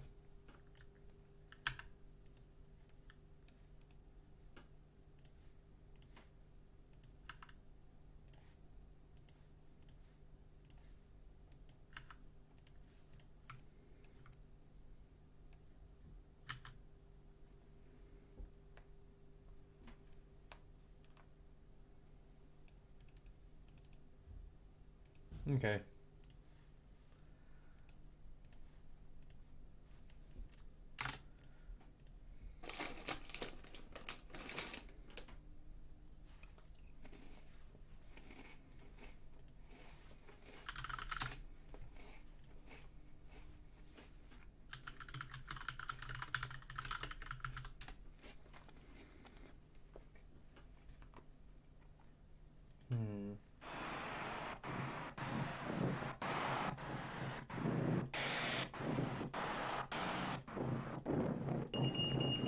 That's more familiar.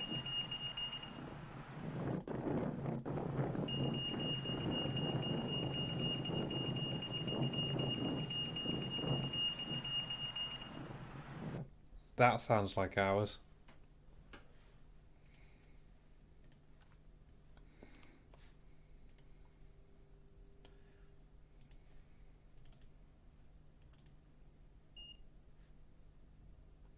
Yeah, it needs to sound a bit bigger. It sounds a bit too clean.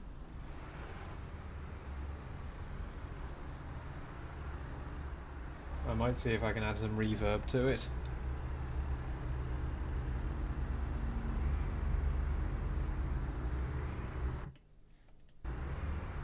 Right, now I just need a pedestrian to come and cross.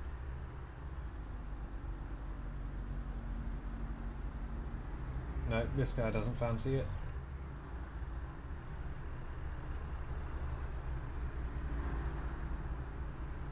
I mean, at least they are green for the cars.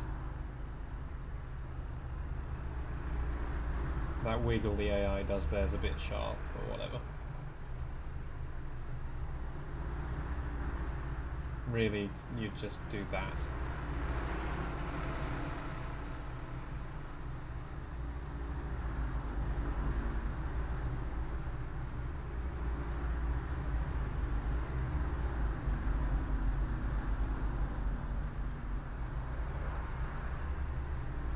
Come on, humans.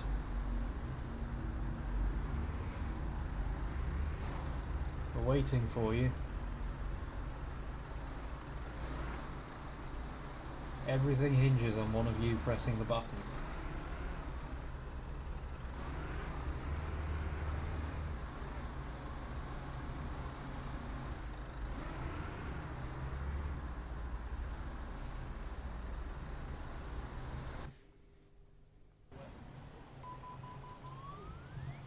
Oh, I've never heard that. I think this guy's going. Yes.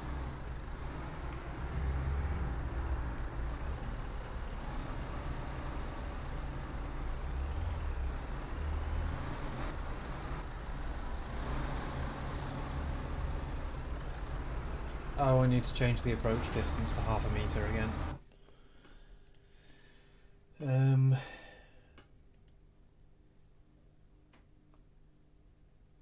That's not audible very far away. I'm going to make that audible further away.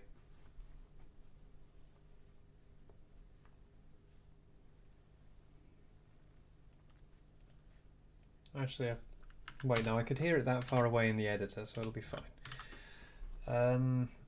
Right, so it's Ramsey Road.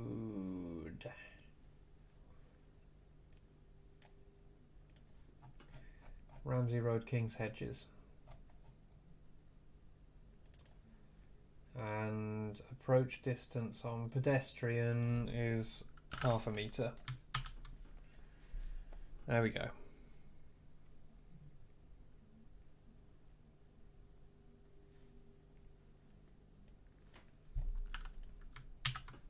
.8. But yeah,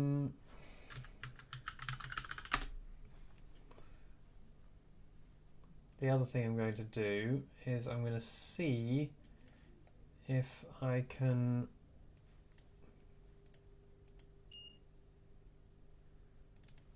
reverb that bitch. I'm also just going to boost it. Guess my traffic lights are just going to be like...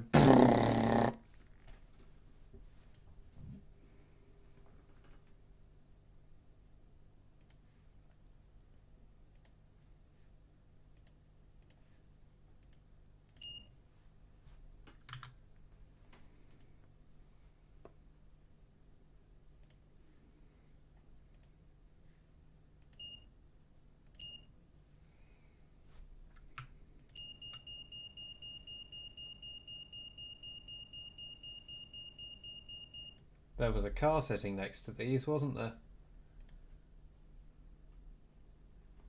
I wonder what pitch. Is it 3K?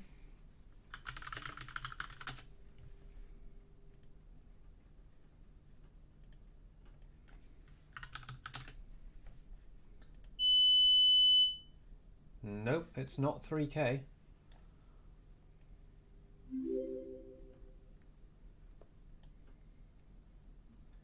That's at like 2.7K.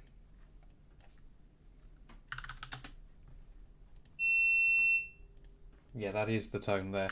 Now you can see this is the tone that we're after. That's the one.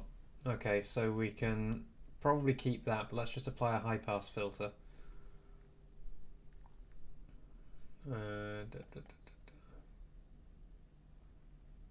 Yeah, high pass filter, and we're going to eliminate everything under 2K. There we go.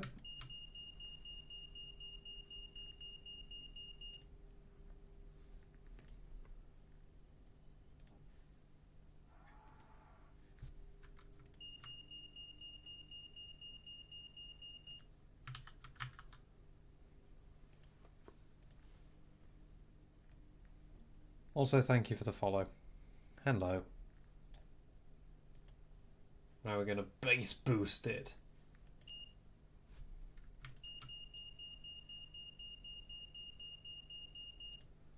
Yep. And then we're going to amplify it.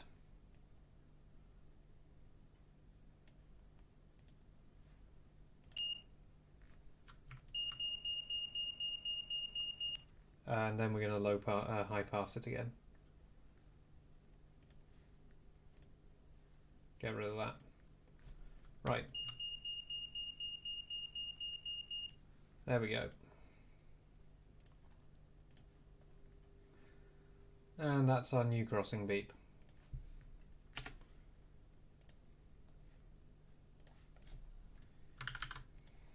Because I'm a picky bugger.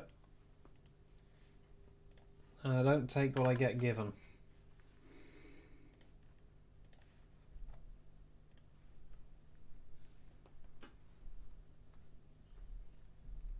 Did I not just save that to the desktop? Where did it end up? Oh, it ended up in assets. Okay, I'll stick it on the desktop.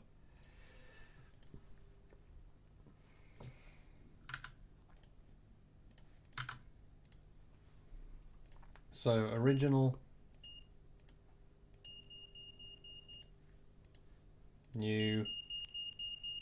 Oh, click, click, click. Nope, no. Made it worse. We made it worse. Abort.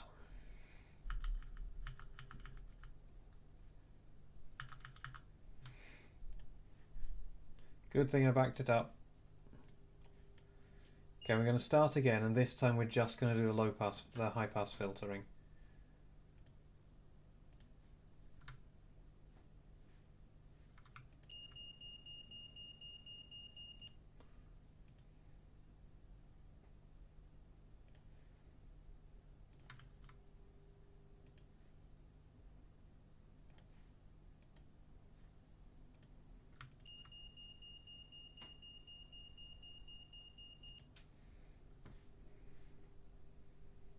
Is it 16 beeps, which is normal?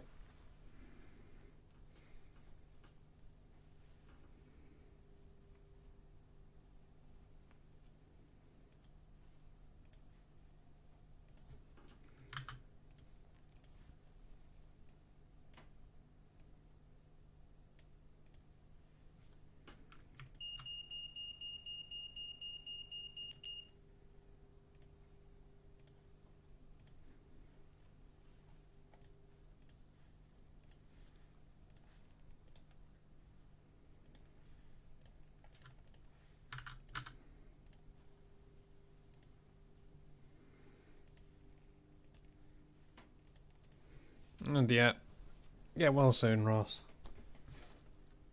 He's so ill that he hasn't even been doing any add-on London testing. That's how you know.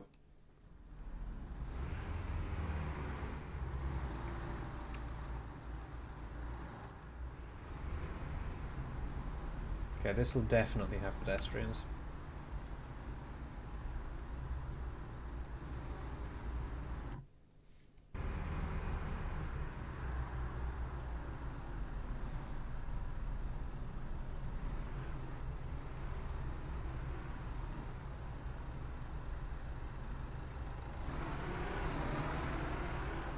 I know.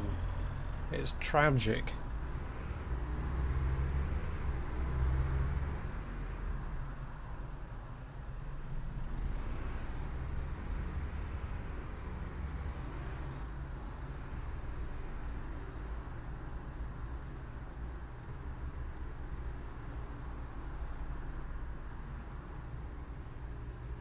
Give us some beeps. Oh.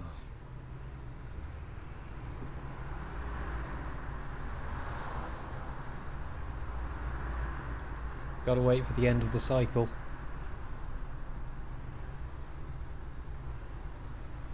It must be after this one. Or maybe I've tweaked it and I've set the approach distance back above 0 again, so it's never going into the pedestrian phase. Yeah, it's never going into the pedestrian phase. Well, that's a good thing we found that bug.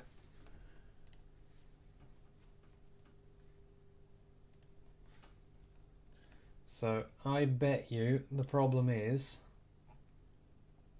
the approach distance on the pedestrians is 0. There we go. And let me just check that for all the other ones that have this as well. Approach distance, pedestrian, approach distance 0.5. So yeah, 0.5 would work, but whatever. In fact, I should probably set it to 0.5 so it doesn't accidentally set off for pedestrians who are just walking past.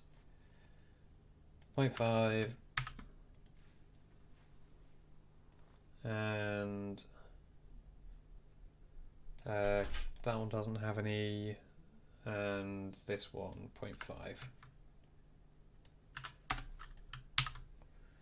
Right, trying again. Hello, dog. Hello, dog. Were you hoping I'd be lying down? You can hop up if you want.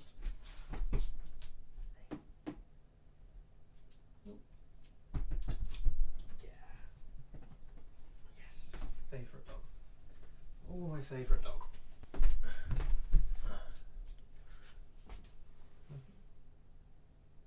Snoodling around.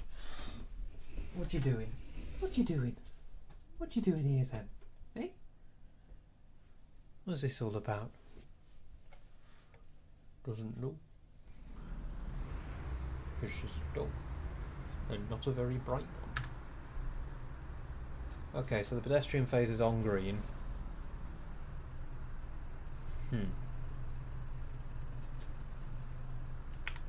Let me turn my sound count up.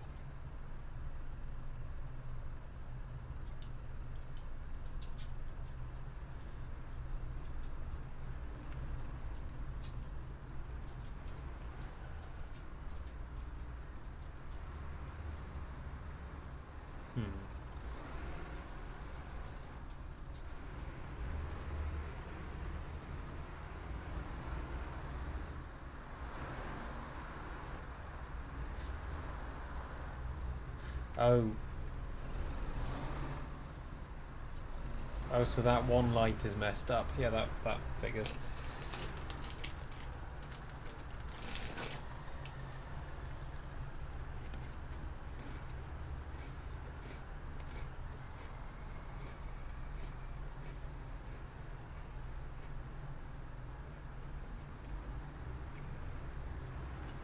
I wish I could stop that happening.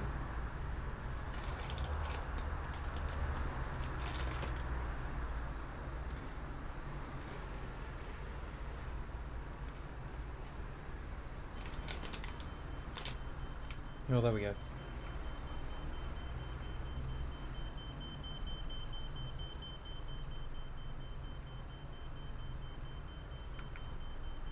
Louder.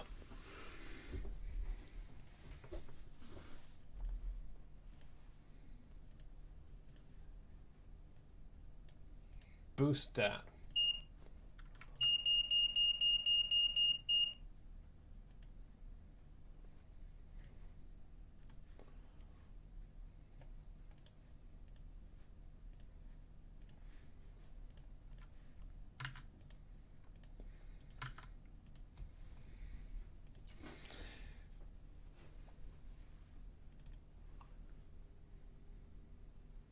Yeah, I think it might be a 4100 hertz sound being played back at 4800.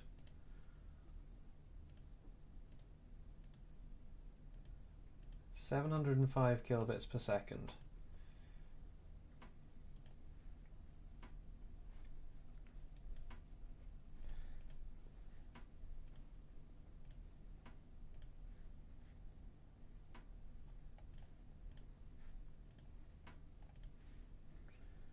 And now we're going to swap this to 44-100 so we know for sure that they match.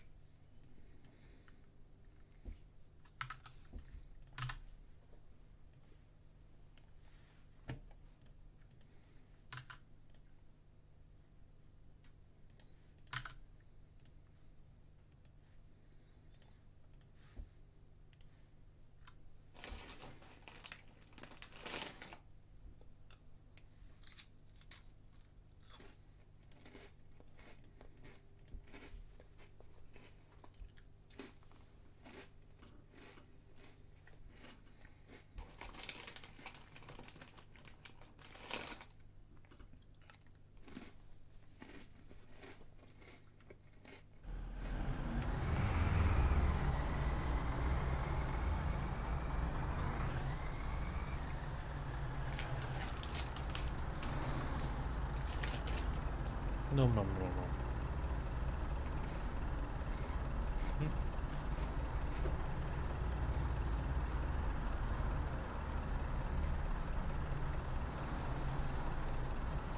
20 people here to watch me eat Ritz crackers and wait for a pedestrian to try and cross the road.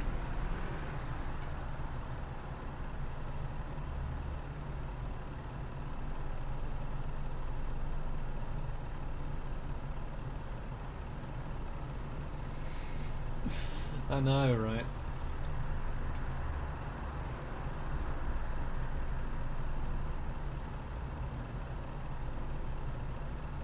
I do need to turn down the sounds of my AI cars.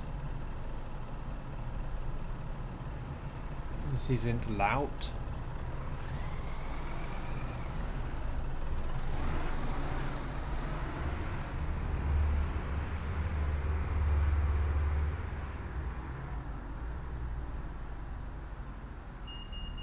That sounds right.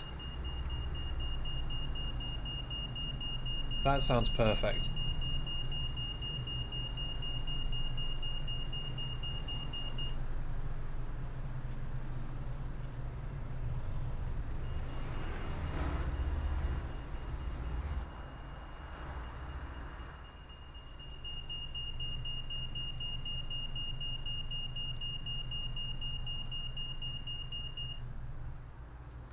Right, let's go on a quick tour of the completed bits of roadway and we'll see what the traffic lights all sound like.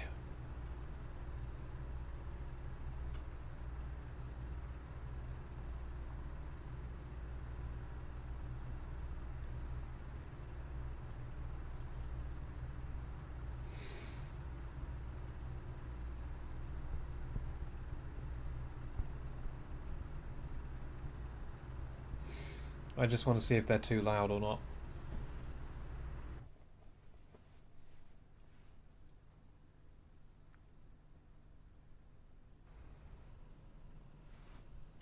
Hello. There we go.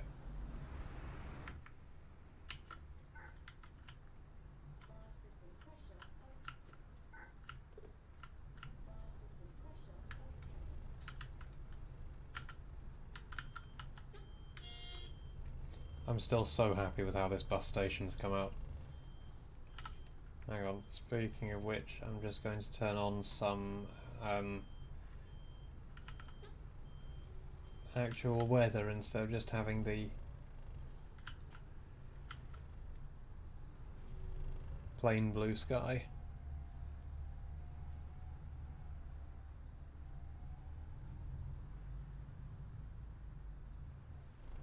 Hang on, let me just turn off driver's head moves because that's just annoying.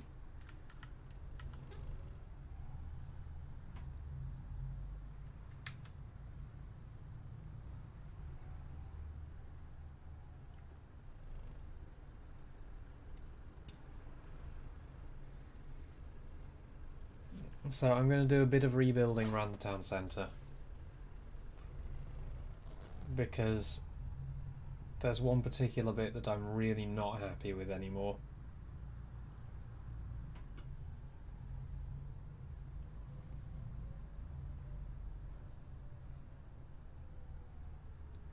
See, the thing is like this, the driver's head still moves with the suspension, it just doesn't do the ridiculous left to right as if you're pulling 30 Gs thing.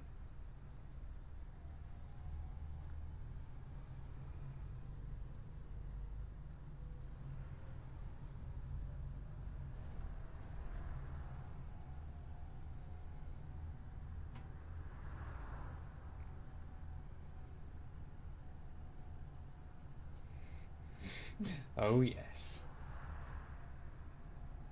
The jerky boy.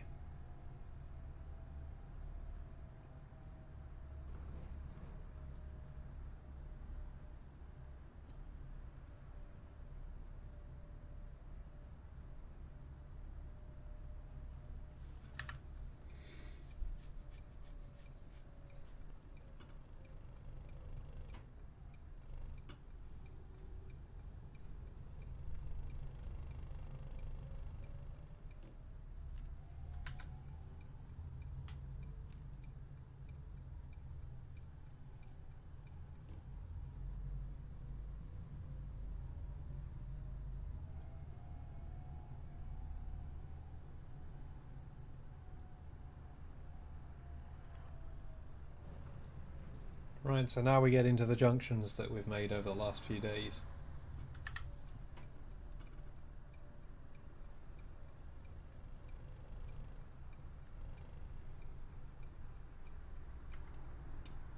Which, with the number of pedestrians they have moving around, do have a kind of alive feeling.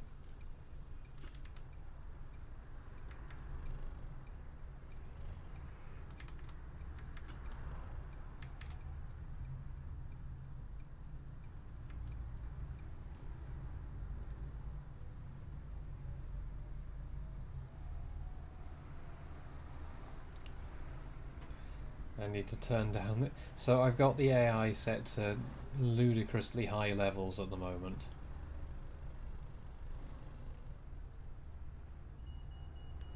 Oh, that's perfect. I might need to turn down the distance modifier a bit.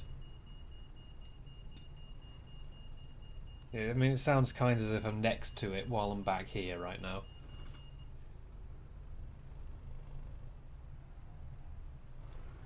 So I think I do need to turn it down a bit again.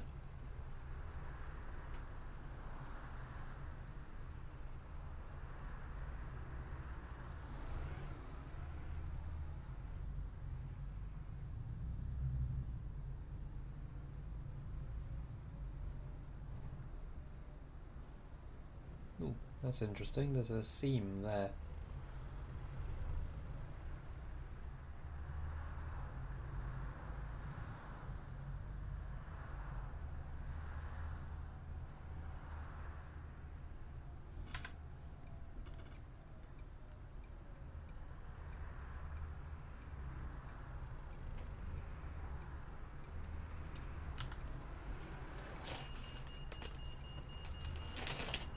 Yeah, I think it's a bit too loud.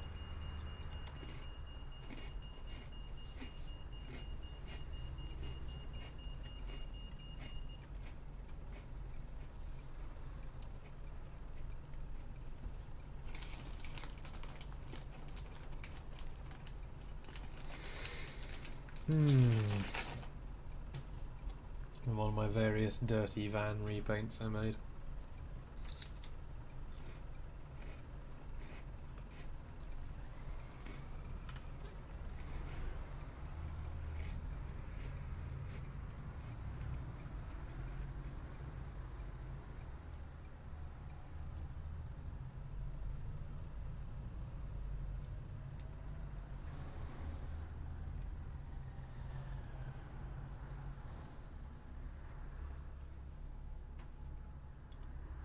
I think it adds quite a lot.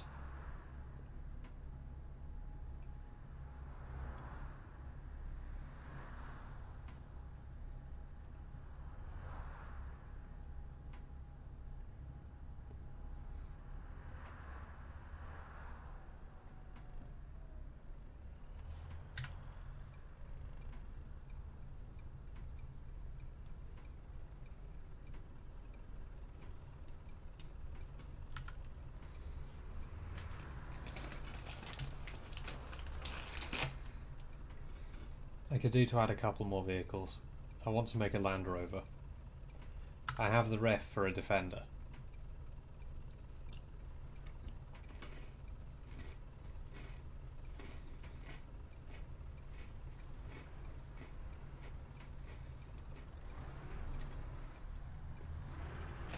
Come on, go, go, go, go, go.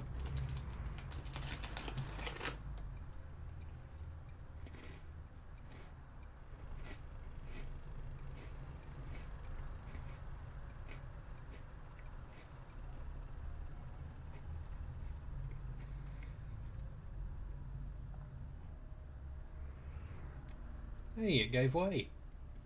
Excellent, my traffic rules are working.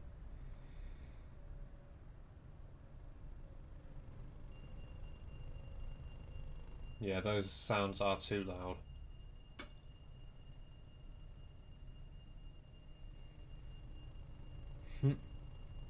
Yeah, that seems weird to me, releasing a DLC like that.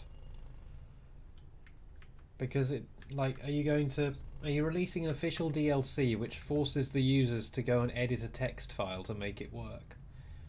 Or did they release a patched version of the AI lists to go with it?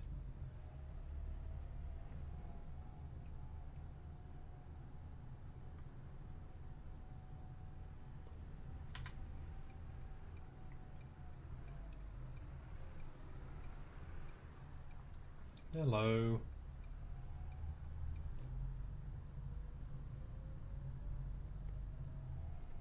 I'm going to be naughty.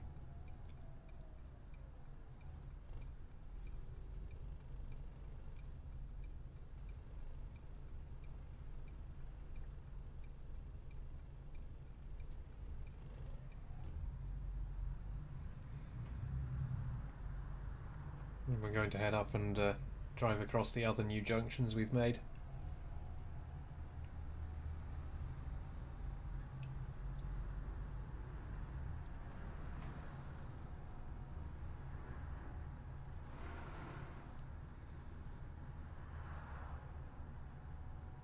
That's a lot of traffic.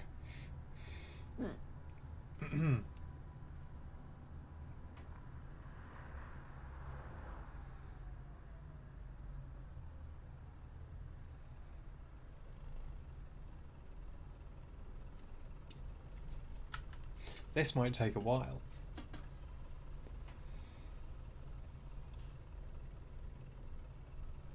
So while we're here,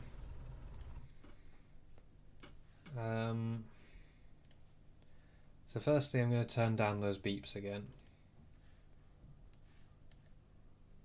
I think that's it.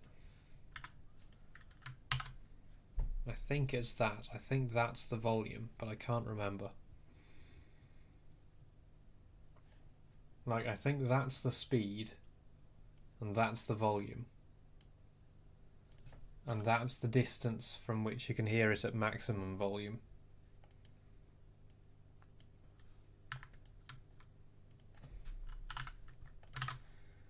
Well, let's just try that. What was the other thing? SDK junction editor. I was going to check what volume, sorry, not what volume, what time I set these to green for. 17 seconds, yeah. Because the green phase on this junction feels a bit mean.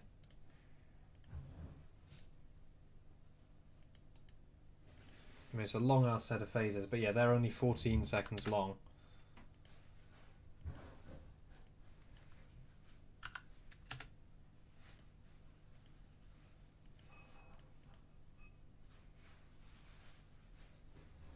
Yeah, I thought so.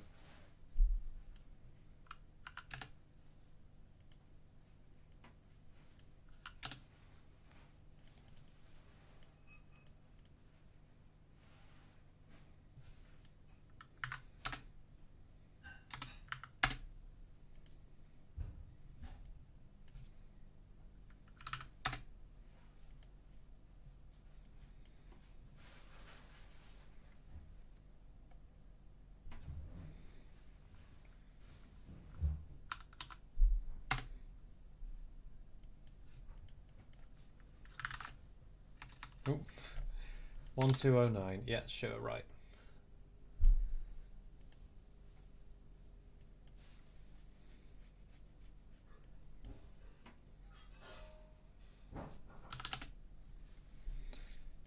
And then this one, the pedestrians want 15 seconds, so 100.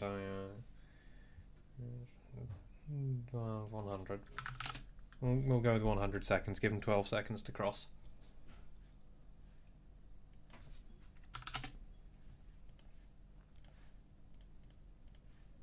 I know that's not best practice.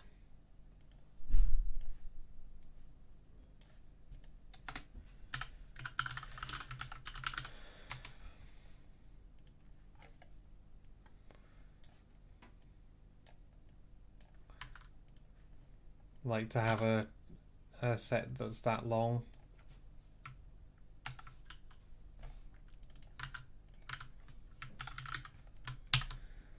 Or a total light sequence that long, but I think that is going to make it better to drive because the green light phase was a bit short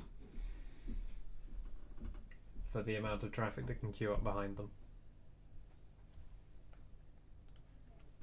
It does also mean though that when your light goes red, you have 1.5 minutes, 3/4 of 88 seconds. There you go, 66 seconds. You have to wait for over a minute for the next green phase, which could really mess up your timetable.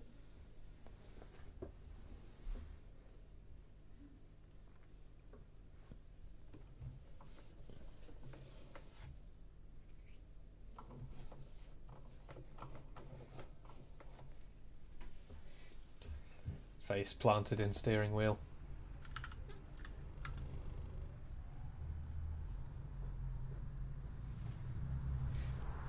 But it will let more traffic through at once.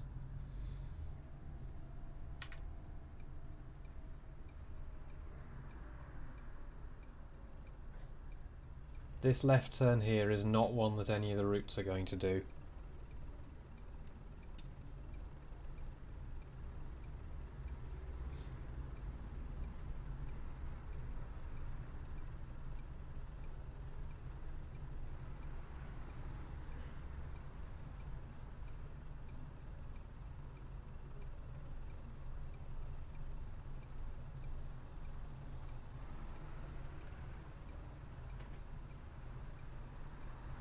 It might have reset the junction approach distance.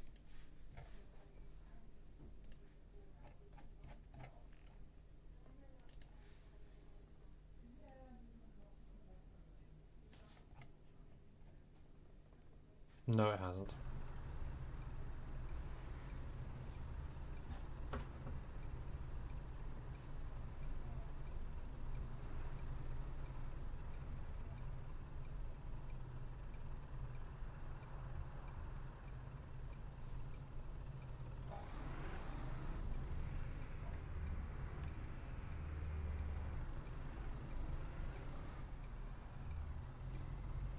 Yeah.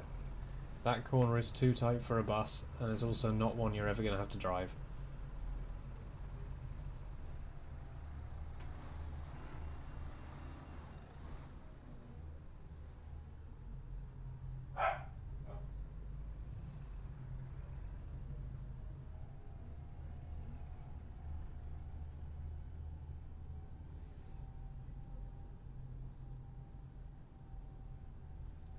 And then housing estates, housing estates, housing estates, housing estates.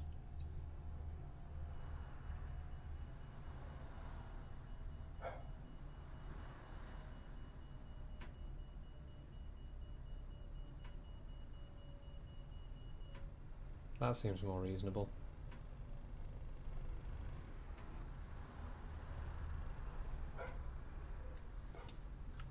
Hello. We're waiting for these lights to go red. Oh, that guy doesn't care.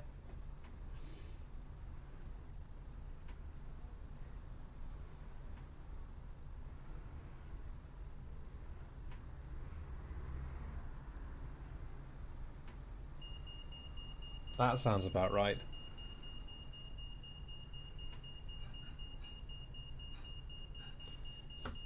Yeah, but it's not that in the real world, though, is it?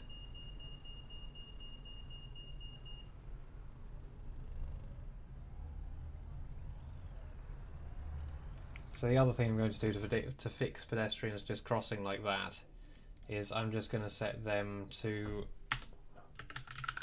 lower priority, so that even if they're going to jump the lights, which honestly is, I'm fine with them doing that because people do that, but even if they jump the lights,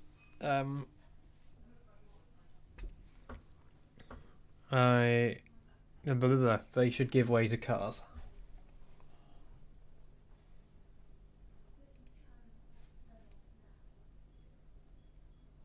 Brain, this way.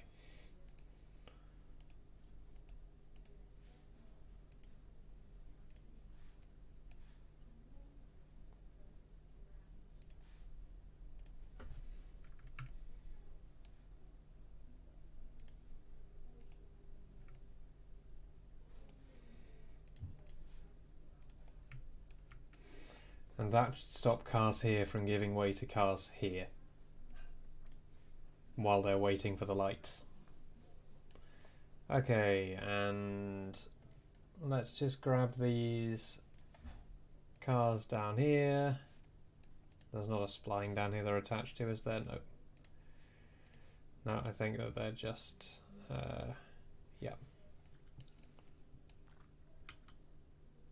Oh no, they are attached to a spline. What spline are they attached to? This one? Aha.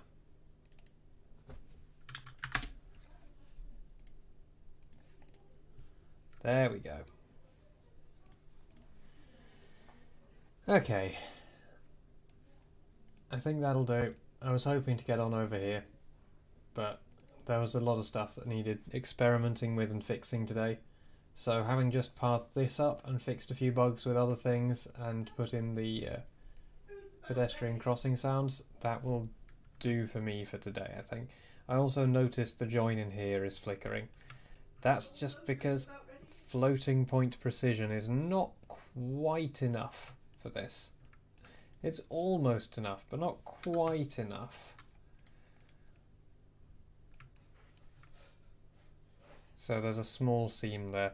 The easy way to deal with small seams like that, and the way that I'm going to deal with it, is to paint the ground underneath the same colour as the surface. Because then even when you see through the seam, it'll still be the same colour.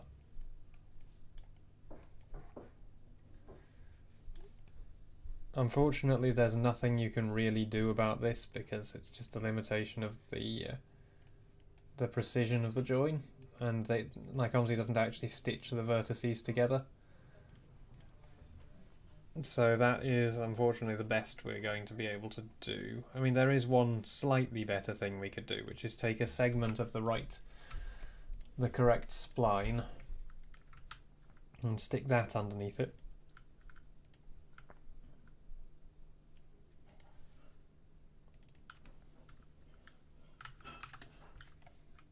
Like just stick it here. But then you'll see these bits sticking out the side here and there. It's just a limitation, it's a nuisance, but I think we're just going to have to leave it like that. I might also drop this to a 1 meter height increase.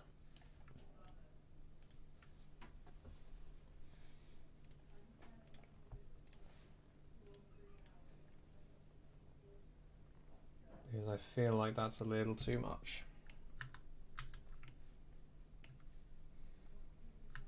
So let's just set the 3D cursor to 0, 0, 0. Move around the 3D cursor, SZ 0.5. And just make sure that the end of it is at exactly 0.5 meter. Okay.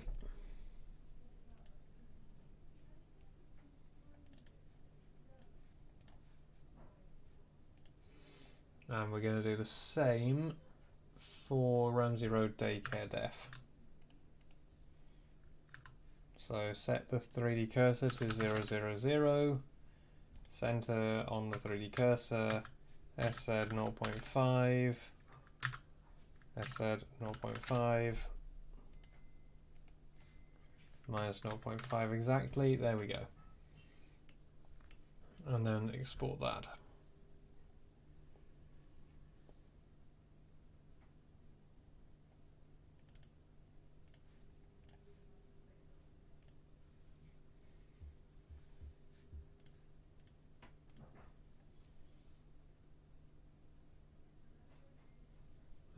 And then there was a problem on here, wasn't there? Yeah, at this end, this piece wasn't lining up with the piece it's connecting to.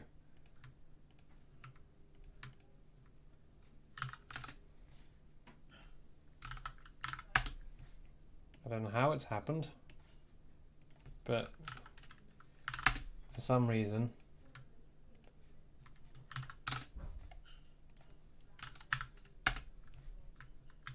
that wasn't lining up. That one's fine, that one's fine, that one's fine. Okay.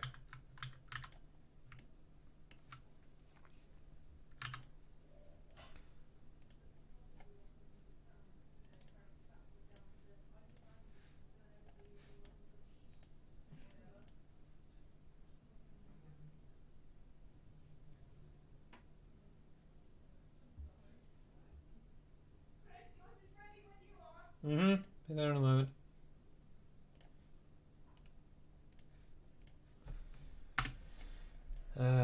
Yep, gonna see how that looks. And we're gonna have to correct the terrain to match now.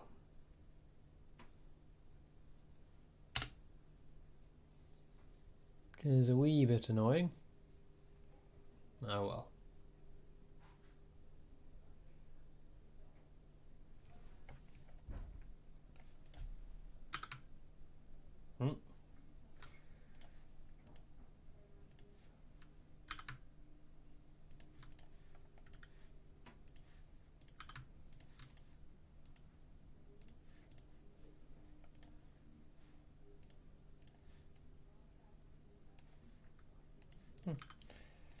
That came up better than I thought it would.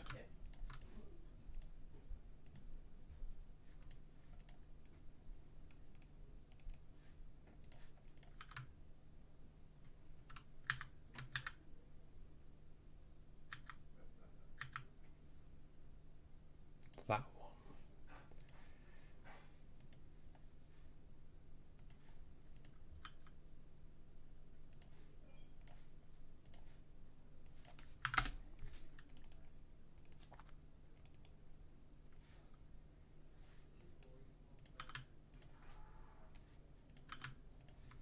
I just felt like that hill was a bit steeper than what I felt like it was in real life.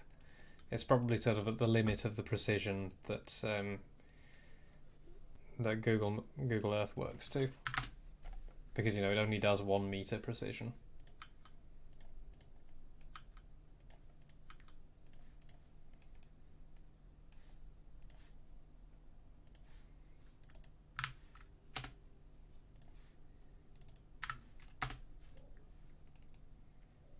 Okay. Looks good to me.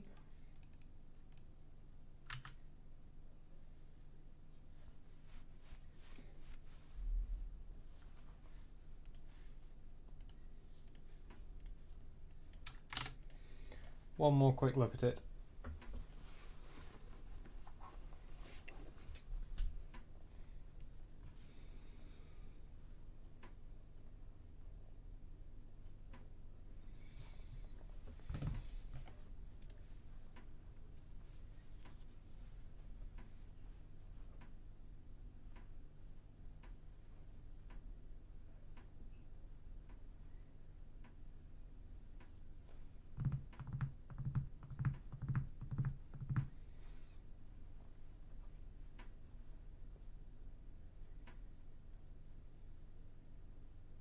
Tum-ty-tum.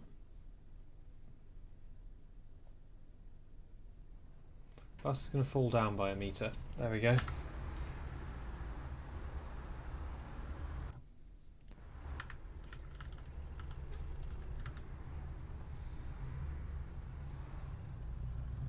Oh, hi. Oh, and I need to move the crossing studs, of course.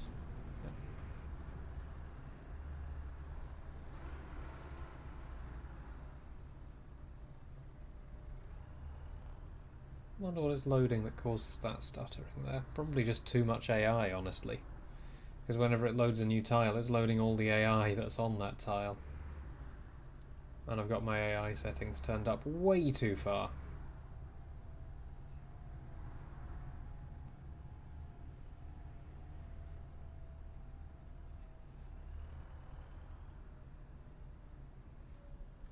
Are those people clipped into the ground? Yes. There's probably, yep, a single small spline segment here that I've forgotten to remove.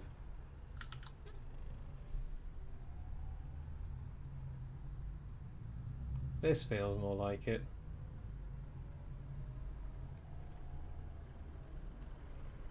Yeah. Yoink.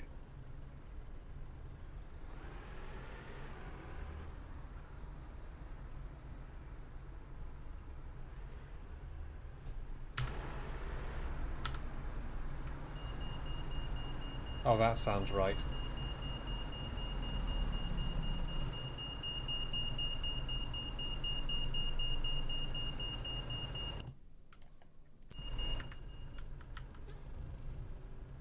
Yep, I'm happy with that.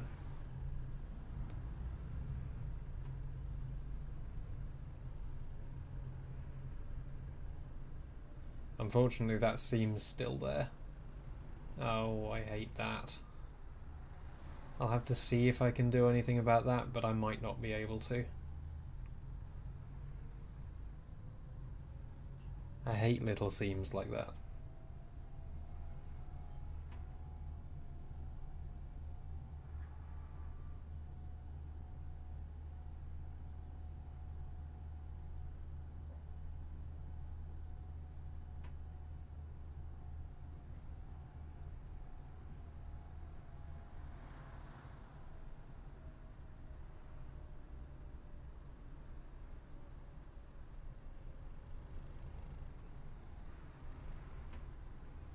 So yeah, there's clearly some things I need to fix, but generally very happy. Right, yeah, that's enough for today. It's food time. Yeah, I will